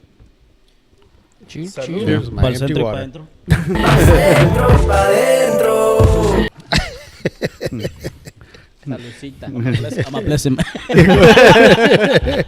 So he can get better off his Bless the mess. So there's this comedian that was on there, and they were saying, "Oh, that looks like Mark Wahlberg. Oh no, that looks like Denzel Washington." So I just put on there, "No, it looks like Mark Wahlberg." And hold on, both of them, one's black, one's white. How do you? Yeah, well, I'll show you the post. Okay.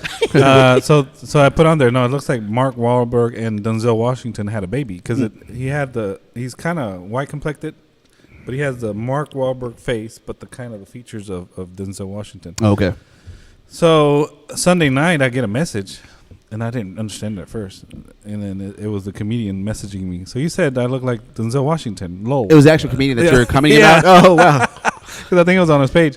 So I was like, so I replied to him. Yeah, I thought it was funny, and he hasn't replied, but he had the check mark.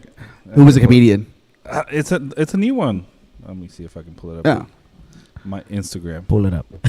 Hopefully he didn't talk shit by now. He's like, motherfucker, you Yeah. tell me that to my face. I enjoy people talking, you know, and I don't talk shit Banter, on these other guys, like other DJs' pages. I just comment and I give them what I think, you know, and I actually lay it out like, one, you should do this, two, this, and these are reasons why, but they come out as like, don't be telling, you know, kind of like they get offended. Like Nick Spinelli and some of these guys that I've commented on him before, and that was on a regular basis. Like, and some of these other guys, like I get my stuff from both lighting, some of my lightings from both lighting, but the other guy, We actually met him.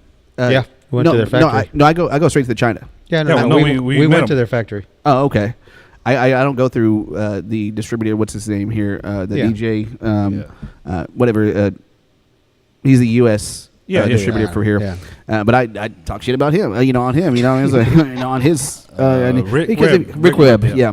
And and actually I've done that too. I've posted what he's charging for the U.S. Because on these other DJ Facebook pages, what he's charging and what Both Lighting is charging. Go directly to the, you know, it's like a $1,500 difference. Oh, wow. What he's charging, and I put his name, I put the amounts for the same thing. You're going directly to China, and I have my contact over there with China, and she does me good. Yeah. Long time, and That's what Pete said. Now we actually met the owner took us to a karaoke bar. Yeah.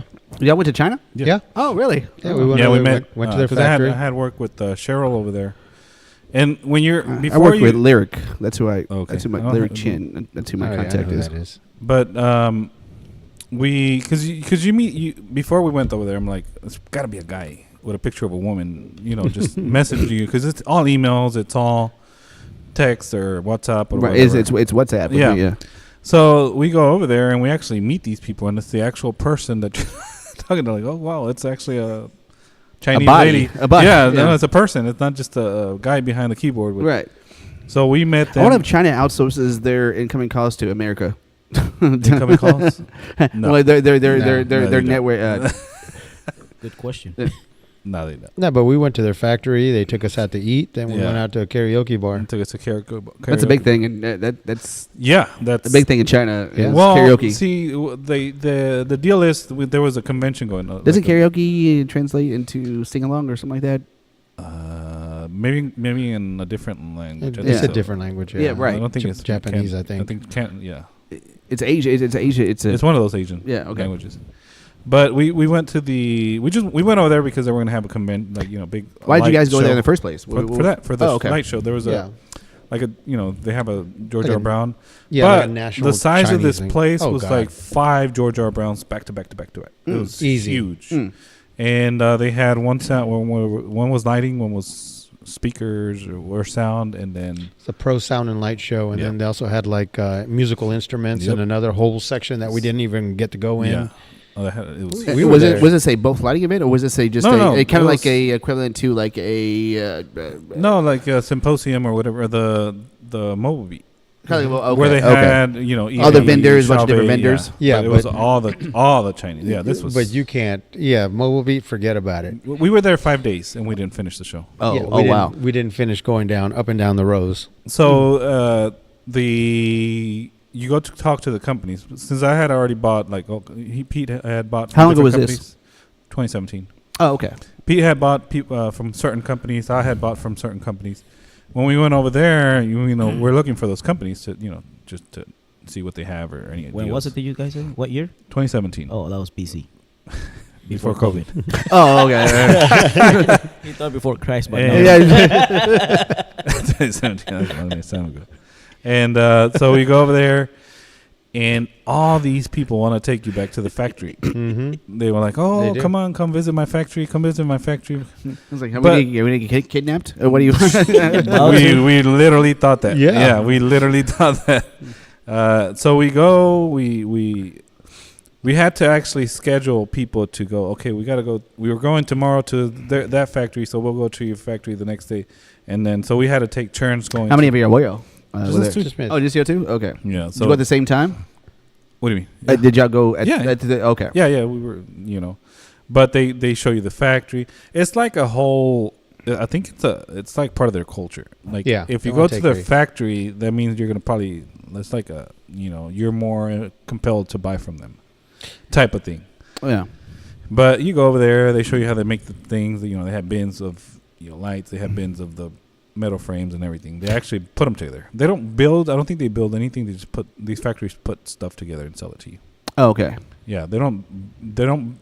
How do they? How is their sales pitch? Like, do you feel like you're pressured to buy something while you're there? I think they try. I think it's more of a culture where they don't pressure you Yeah, to. they don't but pressure you. but if you go there, it's like a given that you're gonna. Yeah, buy. so what they do is, and it's actually a pretty smart move, is they want you to come to their factory. And Before there's a big reason why. And one of the main reasons is if they take you Victor. to their factory, well, now they're taking you out of the market for somebody else. Yeah. So they'll take you to their factory. They sit you down first. They want to do a little tea ceremony. It's like rolling out the red carpet for you. Yes. Yeah. They'll do a little tea ceremony with you first. They'll sit you down. First, it's tea, then business. So Yeah. you drink some hot tea, and it's a little warm in there. So Schmoozing you get you. even They're hotter. very Yeah. hot. Sheesh. And it was February. Yeah. So then they walk you around, show you everything about their factory, how things are made, how they put it together, meet some of their people, meet their salespeople, they introduce you to everybody. And then they're like, let's go eat. Okay, great. So they throw you in their Mercedes. Showing all this hospitality towards Oh, you. yes. Yeah. So then they take you to eat, and they give you this huge Oh, yeah, spread we of go- food. we'll Oh, eat man, first. it's a huge spread of food. You know how the Asians, they have courses. Oh, Yes. yes, yes. Cats and dogs. So you eat. Cats and dogs. Yeah. After you eat, then they're like, It was really good though. yeah, let's go out. Dog of the cat. And then they want to take you out to go Yeah. party. And then they don't take you back to your hotel till it's really late at night. Ah. Now, So you don't have to. You don't have time to. you don't have time to go to another factory. You only went to their factory. Ah. Yeah. So we had to. So you feel obligated to buy? Not really. They don't. Not really. They do bring up. So how, Well, that's what they're giving off. Yeah. Yeah. Because I think They're trying to build a relationship. the Right. Chinese Yeah. culture is completely different. Yeah. They do ask. Okay, so would you want to buy something today? Which do you want to buy today, or something like that? Yeah. But they just kind of mention it. Yeah. They don't push it. It's not pushy. And the other thing is the what was I going to say? They're asking you any questions like you want to buy some like They kind of do. They want to get a feel of if you're interested or whatever. But they do have the tea ceremony. No, there's a difference between them asking you what do you want to buy and what are you going to buy. They show you different. Mhm. No, they show you everything they have. This is Yeah. new. Blah, Oh, blah, what would blah. you like to buy? Yeah. What would you like to buy? Would you like to buy something Yes. today, or what? They say it's not a persuasive, but it's like, what would you want to buy today? But they've shown you all this hospitality Yeah. for the Yeah, whole yeah, day. exactly. But it's all Taking it about cheap. building relationships. Yeah, right. That's what they want. Yeah. But the factories that we went to were two of them were where I bought light. What was the other one? What did y'all get? Three lighting companies that I had done business with. Well, there we didn't buy anything. There we just made connections. We Yeah, just that made- first time we You just just made ate a and lot of drink for free, connections. right? What's that? You just ate and drink for free, Well, right? anybody, Yeah. anybody, especially because we were American. Everybody was like, okay, we'll take you out to eat. Where do you want to go to eat? Mm-hmm. You go to visit them. They talk to them. They like, okay, we'll take you out to eat. Come visit our factory. And it was a given. We ate free all that week. We didn't pay for food. Yeah. We spent more Yeah. in Beijing than we did there. Exactly. This That was a- fantastic. one show. I went back and I bought dance floors Yeah. and Oh, okay. I bought three Yeah, it sets. was- I ended up buying 3 sets of dance floors total and lighting. So yeah, I mean, Now, did them doing all that for you have any No. persuasion No. in your purchase? No. no, not really. Okay. No, because it was companies we were dealing with. So I had already been dealing with booth lighting. So that was like the second set of uplights, the little square ones that I bought. And I think back in the day they were like $75 a piece per uplight. And I Yeah. think Rick was trying to get like $300 per light, and he's calling it a deal. I'm like, I know that light doesn't cost that much. Oh, yeah. And it's also the same as the other light. The what's the other uplight that the IR4 is? Xiaomi, no, it's ADJ. it's another light that it's similar to, but that both lighting sells it to another company. I mean, They do that a lot. There's good lord. I There's, forget the name of the, but it's the same light. yeah, just yeah. They just packaged rebrand differently. it. Yeah, Well, they rebrand it. Yeah. They just. So it's funny because remember when we went, and then the other company that I buy from, the girl there, she's like, "Come with us." So she took us around to another booth, and she said, "Go get the information for that light." So what they did there is they used us so they can copy that light, and these lights, the ones that you're barely seeing with one light bulb in the middle, Right. 2017 they were showing it to us. 2017. And they were okay. not that popular. They were being sold as lights that go on top of a table to put like a drink or food. Put a I got bottle you. on top. Yeah. of Yeah. Yeah, the little circle. Yeah, the little circle and the little bitty light about Right. that big. They had those back in 2017. Nobody bought those. They're they're getting popular now for some reason. I think because Rick Webb, that's who's pushing them. Yeah, he has an incentive to push it. I mean, he marks Oh, it up, yeah. Oh, you know, yeah, of 60%. I mean, Yeah. and yeah, I did a post on that too. I got a screenshot of a split screen picture of his Versus both lighting versus both. So every time I would see his advertisement he's- come up, But now keep in mind, okay, a lot of these companies, when you're there, if you go to A-Plab. some of the back sections, That's a different one. A-Plab's different. us in particular, we can go around buying the cases. Yes. And we can buy the chips. Yes. We can buy and put So it together. Even at the show, there were people that were doing that. Exactly. So just because you see a both lighting, Yeah. a light, Yes. and then you see somebody else looks the exactly same like thing. it might not be the It same might not thing. be, but it, yeah. Yeah, unless you open it and take a look on the Yeah. inside and see that the boards are the same and the power supplies are the same. okay, But they're, That's the most of the time only they're way. not. Yeah. Yeah. Most of the time they're different. They use their own. Like each company Well- comes up with a way to make their lights. Because I have two Kind of lights. like the bar lights. Yeah. The white ones that you A remember. lot of that- companies made those. You remember you bought some. Yeah. Mine were a little more expensive. You bought some because Yeah. they were a little bit cheaper, and your board, There it sucked. yeah, It your sucked. board was different. Yeah. So they look the same on the outside, but the insides are different. right, yeah. Yeah. Different programs. Yeah. But It's like seeing a hot chick and she be, you know, nasty on the inside. Then she takes the Spanx off, and you're like, what happened? Yeah, no. So, going there was actually good for us because we got to visit the factories and see what kind of quality Yeah. they were putting into the light. that's what they were trying to show us. Yeah. 80% of the lighting fixture and all everything is made there. Yeah. Yeah. You know. Oh yeah. No, listen. I know 100%. I know where Odyssey gets all their cases from. I know the company. I saw it. Yeah. We went to the Right. factory where I was like, oh, Yeah. you guys do Odyssey? And they're like, oh yes, we have all Odyssey. Look at this. I was like, oh, okay. So I know where Odyssey buys all their road cases from. We even saw American DJ stuff. Yeah. The screen prints and stuff like that. I Uh-huh. was like, oh, you guys make the American DJ stuff. Oh yeah, we only make these particular lights for American DJ. Yeah. And I was like, okay. And they made Chavez. Yeah. The tripod LED. Yeah. There was an LED with a tripod that still hadn't come out. I've seen it. Yeah. Come on the legs. Yeah. Oh, yeah. It still Oh, hadn't yeah. come out. We were like, come on, sell us one. We Oh, want we to take. did. Yeah. It was just for I mean, we thought it looked cool. It was cool looking. Yeah. It was like, It can is you cool, sell it? But they won't yeah, sell yeah. it to you. They The G-Man's like, hey, you know, legs, up lights. Yeah. No, Up lighting legs. legs. No, I don't need my legs to light up. So I mean, going to these shows, Yeah. we got to see a lot of really cool Firsthand. stuff Yeah. way in Right. advance, Right. yeah. And we got to visit with a lot of really good people, so we made some really good contacts while we were there. So now I know who the reputable companies are to work with. Yeah. And I use both lighting. Like I just go directly to the Yeah. source. You know, I'm not going to Rick They're Webb. pretty reliable. They're yeah, very reliable. yeah. And actually, and her and I were messaging last couple of days because I got the IR4s with the cases and all that, my logo on there, and one of my chargers didn't work. Like it worked for one time, and then the charger didn't work, and then I messaged her and I said, "Well, this is a defect in the charger. Can you send me one?" And then we kind of went back and forth because I was going to buy some. I'm thinking, I don't know if I'm going to buy the tubes through 360 tubes or not. I think that's more. They don't really put off a lot of lights. It's just more of just the visual look of it. Yeah, I think that's what it is. And because they really don't They do a don't lot of line up wash. the- They don't do a lot of wash. They're not that strong. No. But just as the visual look, just look. And she was like, "Well, if you get those, then I'll send you the charger along with them." I was like, "Well, I haven't made a decision yet, and this is also a factory defect. So if you just send me the charger." I haven't made it. She was like, she finally said, "Okay, I'll send you that," in which made me want to buy more. It's the customer service value in it. Yeah.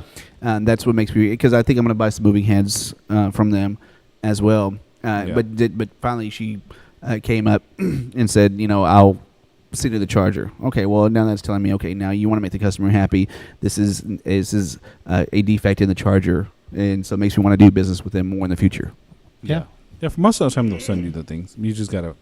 They'll send you the part. If a light breaks, they'll send you the part. You just gotta know how to fix it. Oh no, no, I need the charger. You know, she's gonna send me a whole charger. Yeah, but that was a fun trip.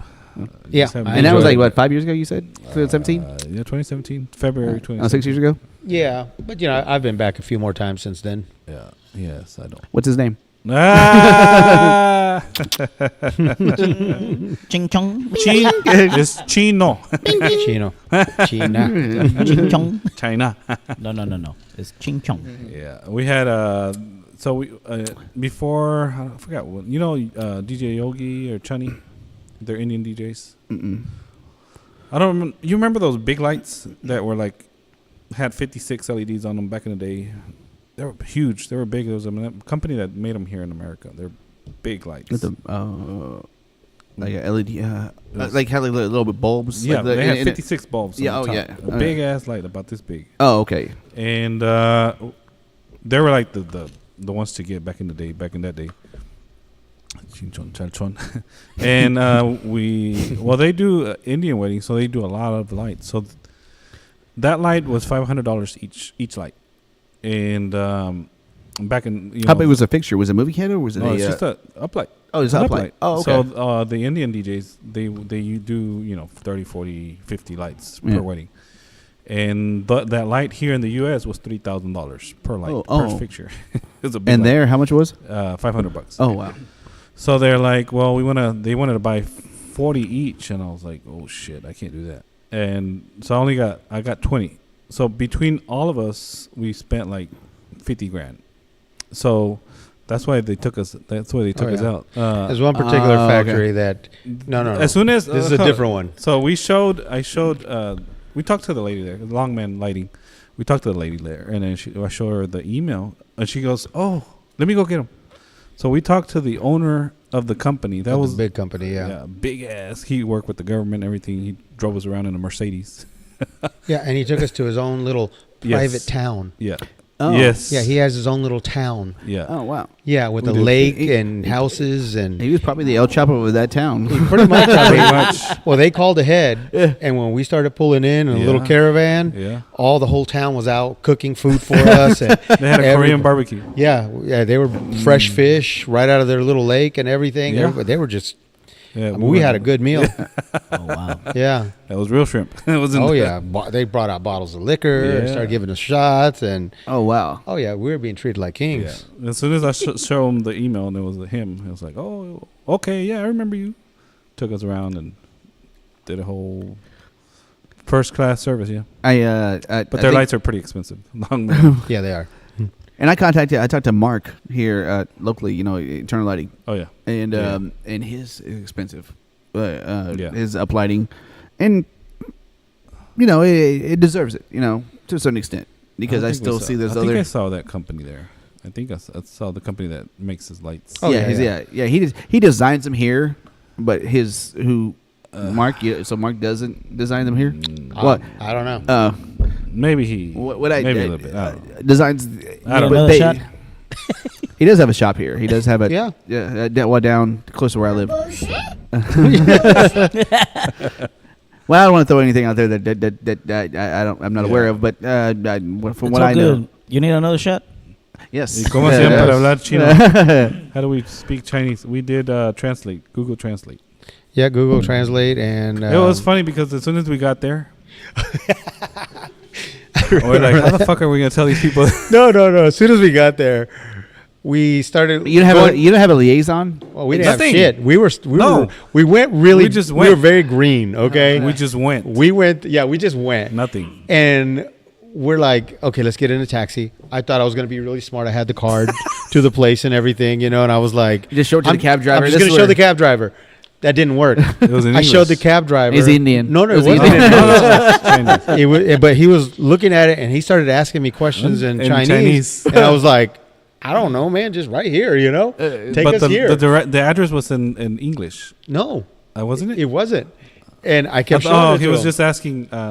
He was asking questions, and I didn't know the answer, so he told us to get out of the taxi. Yeah. So we got out of the taxi, and then they put us into another taxi, and we showed him, and... luckily, somebody spoke English. I think it was one of the guys that was outside, and he told them where to take us. Yeah. And we started going. Yeah. We started going to the place. What? The camera on him. It just shows me the whole time. He's talking. It's fine. It's fine. I have a big head on these headphones. Yeah. So we started driving to our hotel, and I still remember looking at Frank going, we made a big mistake by coming here. So I think the reason they didn't want to take us there is because it was so far. It was far. from the from the airport. Was there a closer airport than that, or No. that was the closest airport? No, that was the. So you guys just booked this thing like blindly, Yeah. and didn't have like liaison Travelocity or whatever. We're like, let's just go. Let's go. We'll spend a week in figure it out while we're Beijing, there. and we'll spend another week in Guangzhou. So we have, if some of the, that are just joining us, Chuck is over there. He is serving himself some food. He's breaking the freaking keto diet. He already knows that he's already filled his calories for the day, but he still needs his carbs. Need some sustenance. Licking the spoon. Here it comes. But anyway, so Beijing was the experience for us. Now, we knew that when we got to our second stop that we were going to be okay because we had a lot of contacts over there already. Okay. And we were going to be to that event. Yeah. So, the first spot. So saying all that, the hotels that we picked, I made sure that the hotels were international hotels because I wanted to make sure they spoke English. Oh, okay. Yeah. Yeah. So once we got to the hotel, we were pretty okay. They took care of us at the hotel. Yeah. Speaking- the food was there. Speaking of, I did a gig years ago, about 3 years ago, in New Orleans, and it was a Hotel Sorrento in the French Quarter, and I got there the day before. I took my dad with me because it was New Orleans 6-hour drive, so went there a day before, and I hung out with my bride and groom. I got there a little later. I only got to hang out with them for like an hour or so because they had to get married the next day. Yeah. And so I continued to drink. Well, I got there and I checked in. Well, I checked in. I booked this room through Expedia, one of those, and I just wanted to book that was close to the hotel. And I didn't know that this hotel that I booked was one of those hourly hotels. 2 hours later, check out time, my friend. Are you done? Get out. Like a red light comes on in the room that you need to get out. So I get to the hotel and these sheets are dirty. I took my dad. I was like, okay, well, let's try to sleep on the top sheet. And so I went, hung out with my bride and groom, my couple, hung out a little bit on Bourbon Street. Got back to my hotel room and I looked underneath my sheet, red spots, like blood, like red spots. It went down to the front room, went down to the Emotional damage. it went down, and she changed my room for us, and then the next room was even worse, like stained and like I went down because I was at that point I was pretty feeling good, and like I started yelling at the front desk girl. She got the cops on me. What the hell? Yeah, and I was videotaping the whole time, and I still had to do my wedding the next day. Well, the checkout was at 12, and eventually the cops came, and I was like, I'm not gonna win this battle. I need to go sleep because I need to do this event, and it was the wedding, and it was like 7:00 in the morning, and the checkout was at 12. Well, so finally we checked out.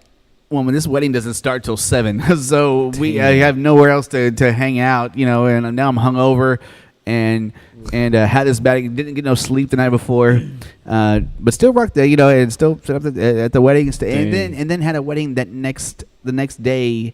Back in town. Back further, a Black Oak Also in Country Louisiana? Club. Huh? Also in Louisiana? No, here at Houston. Well, shit. Well, actually further, Conroe area. Yeah. From drive. from Louisiana, drive 6 hours. Damn. After that wedding here, and then have another wedding later the next day, Saturday. Hell no, that's too much for me. Black Oak Country Club, something like that. Yeah. Good times. Yeah. It sounds like it. I've never tried to. I don't like going out of state. But I'm just telling the story of going. Yeah. Other places. Yeah. Have you guys ever done other events in other Oklahoma cities? and Arkansas. I want to say, Arkansas, Hot Springs, Arkansas, and I forgot the town, Bula, Arkansas. Did you drive or did you fly? Drove. I went over to Minnesota. Yeah, Have you guys ever done an event in another state and had to get your equipment over there? Nah. Just my mixer. Well, yeah, but I drove it over there. Well, I'm saying like on a plane, like a Put it on plane a to check it in and all that. Yeah, just my mixer. Was it a flight case? Yeah, Mm. but it was a smaller one. It was the the SR. No, it was pre-SR. It was you're talking about the old. Oh, the SR that you have now. Yeah. With that little case, actually, it's in there. Yeah. Yeah, 2-channel. Yeah. Yeah. Oh. I took that to the wedding. They had speakers that they rented for me. I Yeah, just that's wanted what- to have that's my what own it Did you controller. tell them what to get for you, what speakers you wanted, or was there a local company? No, they said they were going to handle it, and I was like, okay, go ahead. You know, just make sure that they're good enough for your crowd, because it was an outdoor wedding, and it was fine. Yeah. Yeah. Choose Did they set up the sound system, the speakers for you, or did you Yep. had to? I just showed up, Oh, put my case up, put my laptop on it, and I was ready to go. so just your case, no cables. Nope, no everything XLR was there cables? already. Oh, sweet. Yeah. And the SR doesn't need power. Nope. You just plug it into the laptop. It works. Yeah. Oh, okay. Is battery powered? No. It's It works off of USB. USB-C. Oh, okay. USB power. So you just hook up your laptop and your Yeah. laptop powers. Yeah. Oh, okay. I didn't know Yeah. that. It's cool. Easy peasy. And did you charge them for travel? Oh, yeah. Well, they paid for course. everything. Oh, yeah. Okay. Yeah, they paid for my airline ticket, have to. hotel, the whole what do you call it? Rental car, the whole 9 yards. Oh, wow. Yeah. And usually, because if I do out of state event or out of town events, I have to be there. You're paying for the night before, Yep. and the night of, and the night after. And because you pay. I'm gonna get there and go to sleep, and then I can do your event, and then you're paying for Then you me go to to sleep. sleep. Yeah, sleep to Before you come leave. back wherever I need to come back from. Yeah. Especially 6 hours. No, Yep. Yeah, 13 hours. It was probably the most. I drove to Hot Springs, Arkansas, and I met them at the Bridal Extravaganza. Actually, Oh, really? yeah, they came down here and saw me and said, "Okay, we want you to drive over there." Well, it's gonna be expensive. I met her. They were actually owners of a restaurant out there, a restaurant chain, and we went to eat. Oh man, that was probably the best food. And you got there a day before? Yes. Yeah. A whole weekend. I made a whole weekend out of it. I think I left. I think I'm gonna stay till Monday or Tuesday, just a couple more days, Mhm. just to because on the pictures you look at Hot Springs, Arkansas, it looks really nice. There was a lot of stuff they could go sightseeing, Mm-hmm. and came back. I think I was up there like 4 or 5 days. I'm in New Orleans, Denton, Florida. Is it Denton? Destin? Destin. Yeah, that's what. I know it's purple on the map. Yeah, I know it's called. I've been to Destin there, and and that was a fun because you in Florida, it can be sunny one second and then rain the next. And they wanted their ceremony on the beach. And this is back when this was years ago. I had a sub. My first sound system after I left the company. After I left Joe. Company. I didn't have a sound system, so I had to buy one, and it was the B-52's sub, and we've heard that name here a couple times. the little The Matrix. Actually, the Matrix. Yeah, there's a sub over there. the B-52 sub and the 2 8s. I think it had. That was my first system. I had Everybody had that. Yeah, at one So- point, everybody had it at one Yeah. point. Yeah. and that was after I got had to get my own system. That's what I had. So I had to take that on the beach. Gee, that was For the a ceremony. heavy ass sub. Yeah, and then come to find out, and the groom helped me set it up, and then he didn't know that it was further down. Wrong place. Wrong place. Oh, shit. The arch and thing was down further, so we had to take. Never trust the groom with anything. And by the time we got over there, luckily the couple was friends of mine. But by the time we got over there, the ceremony was supposed to start. Didn't even set up. Wouldn't have time to set up the lav mic and the B-52 sub and the speakers, and then so that didn't happen. And then had to move inside to a little townhome for the reception. That I had to put the B-52 in and set that up. That was a heavy ass sub. Yeah. Yeah, no kidding. I still have it. Damn, so a Wanna lot, buy of, it? a lot of carrying. It's right there. Look, there's a sub right there. That's exactly the same one. You emotional damage. Would you like another? Would you like another one? No. Matter of fact, that one needs to go in the trash. We don't even. It's not even hooked up. Yeah, baby. It's just sitting there. I have the 2 little 8s with it too. Yeah. Speak on Yep. connection. Yep. Hi. Well, I think we're come to the end of the All right. 3 hours. show. Almost. Pretty much. Damn it. We're gonna miss. Yeah, we are. Yeah. No, it's. Oh, my bad. Yeah. Well, I just want to say, but We're hunting rabbit. Síguele, cabrón. Go ahead, Mike.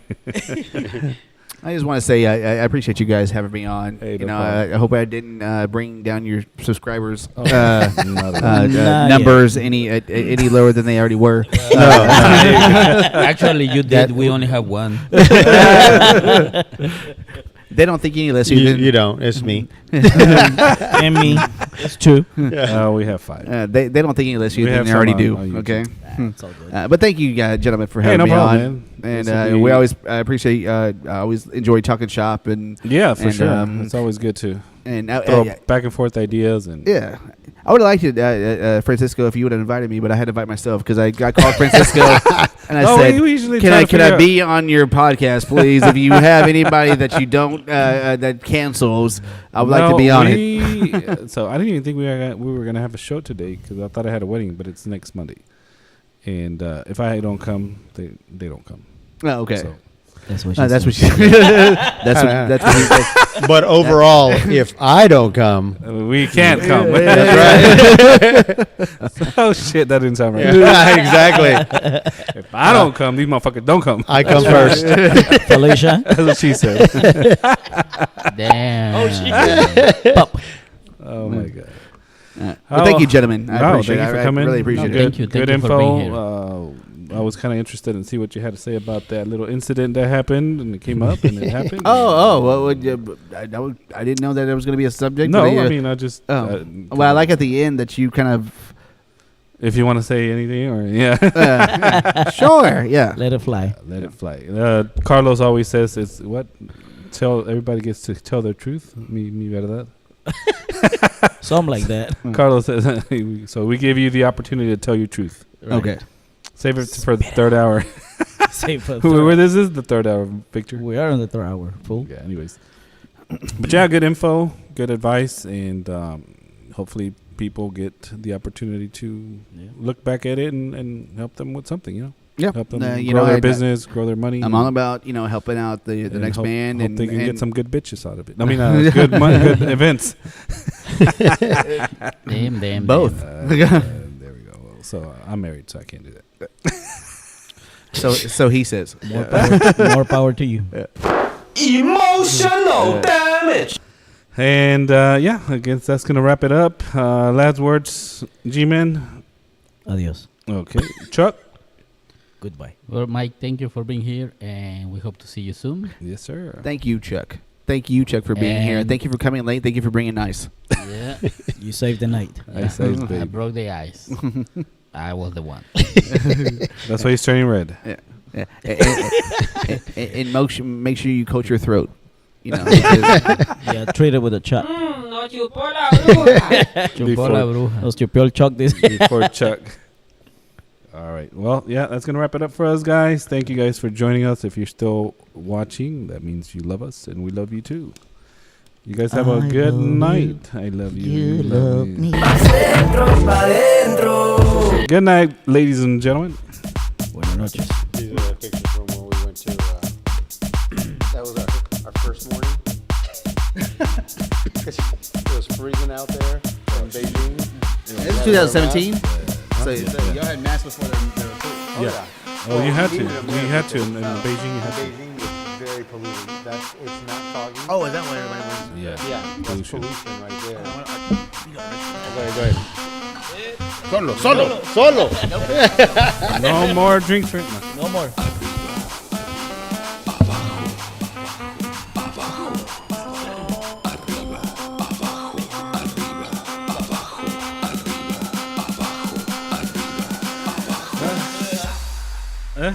Arriba, abajo, al centro y adentro.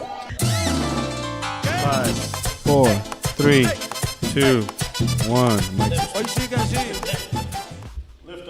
Adios, motherfuckers.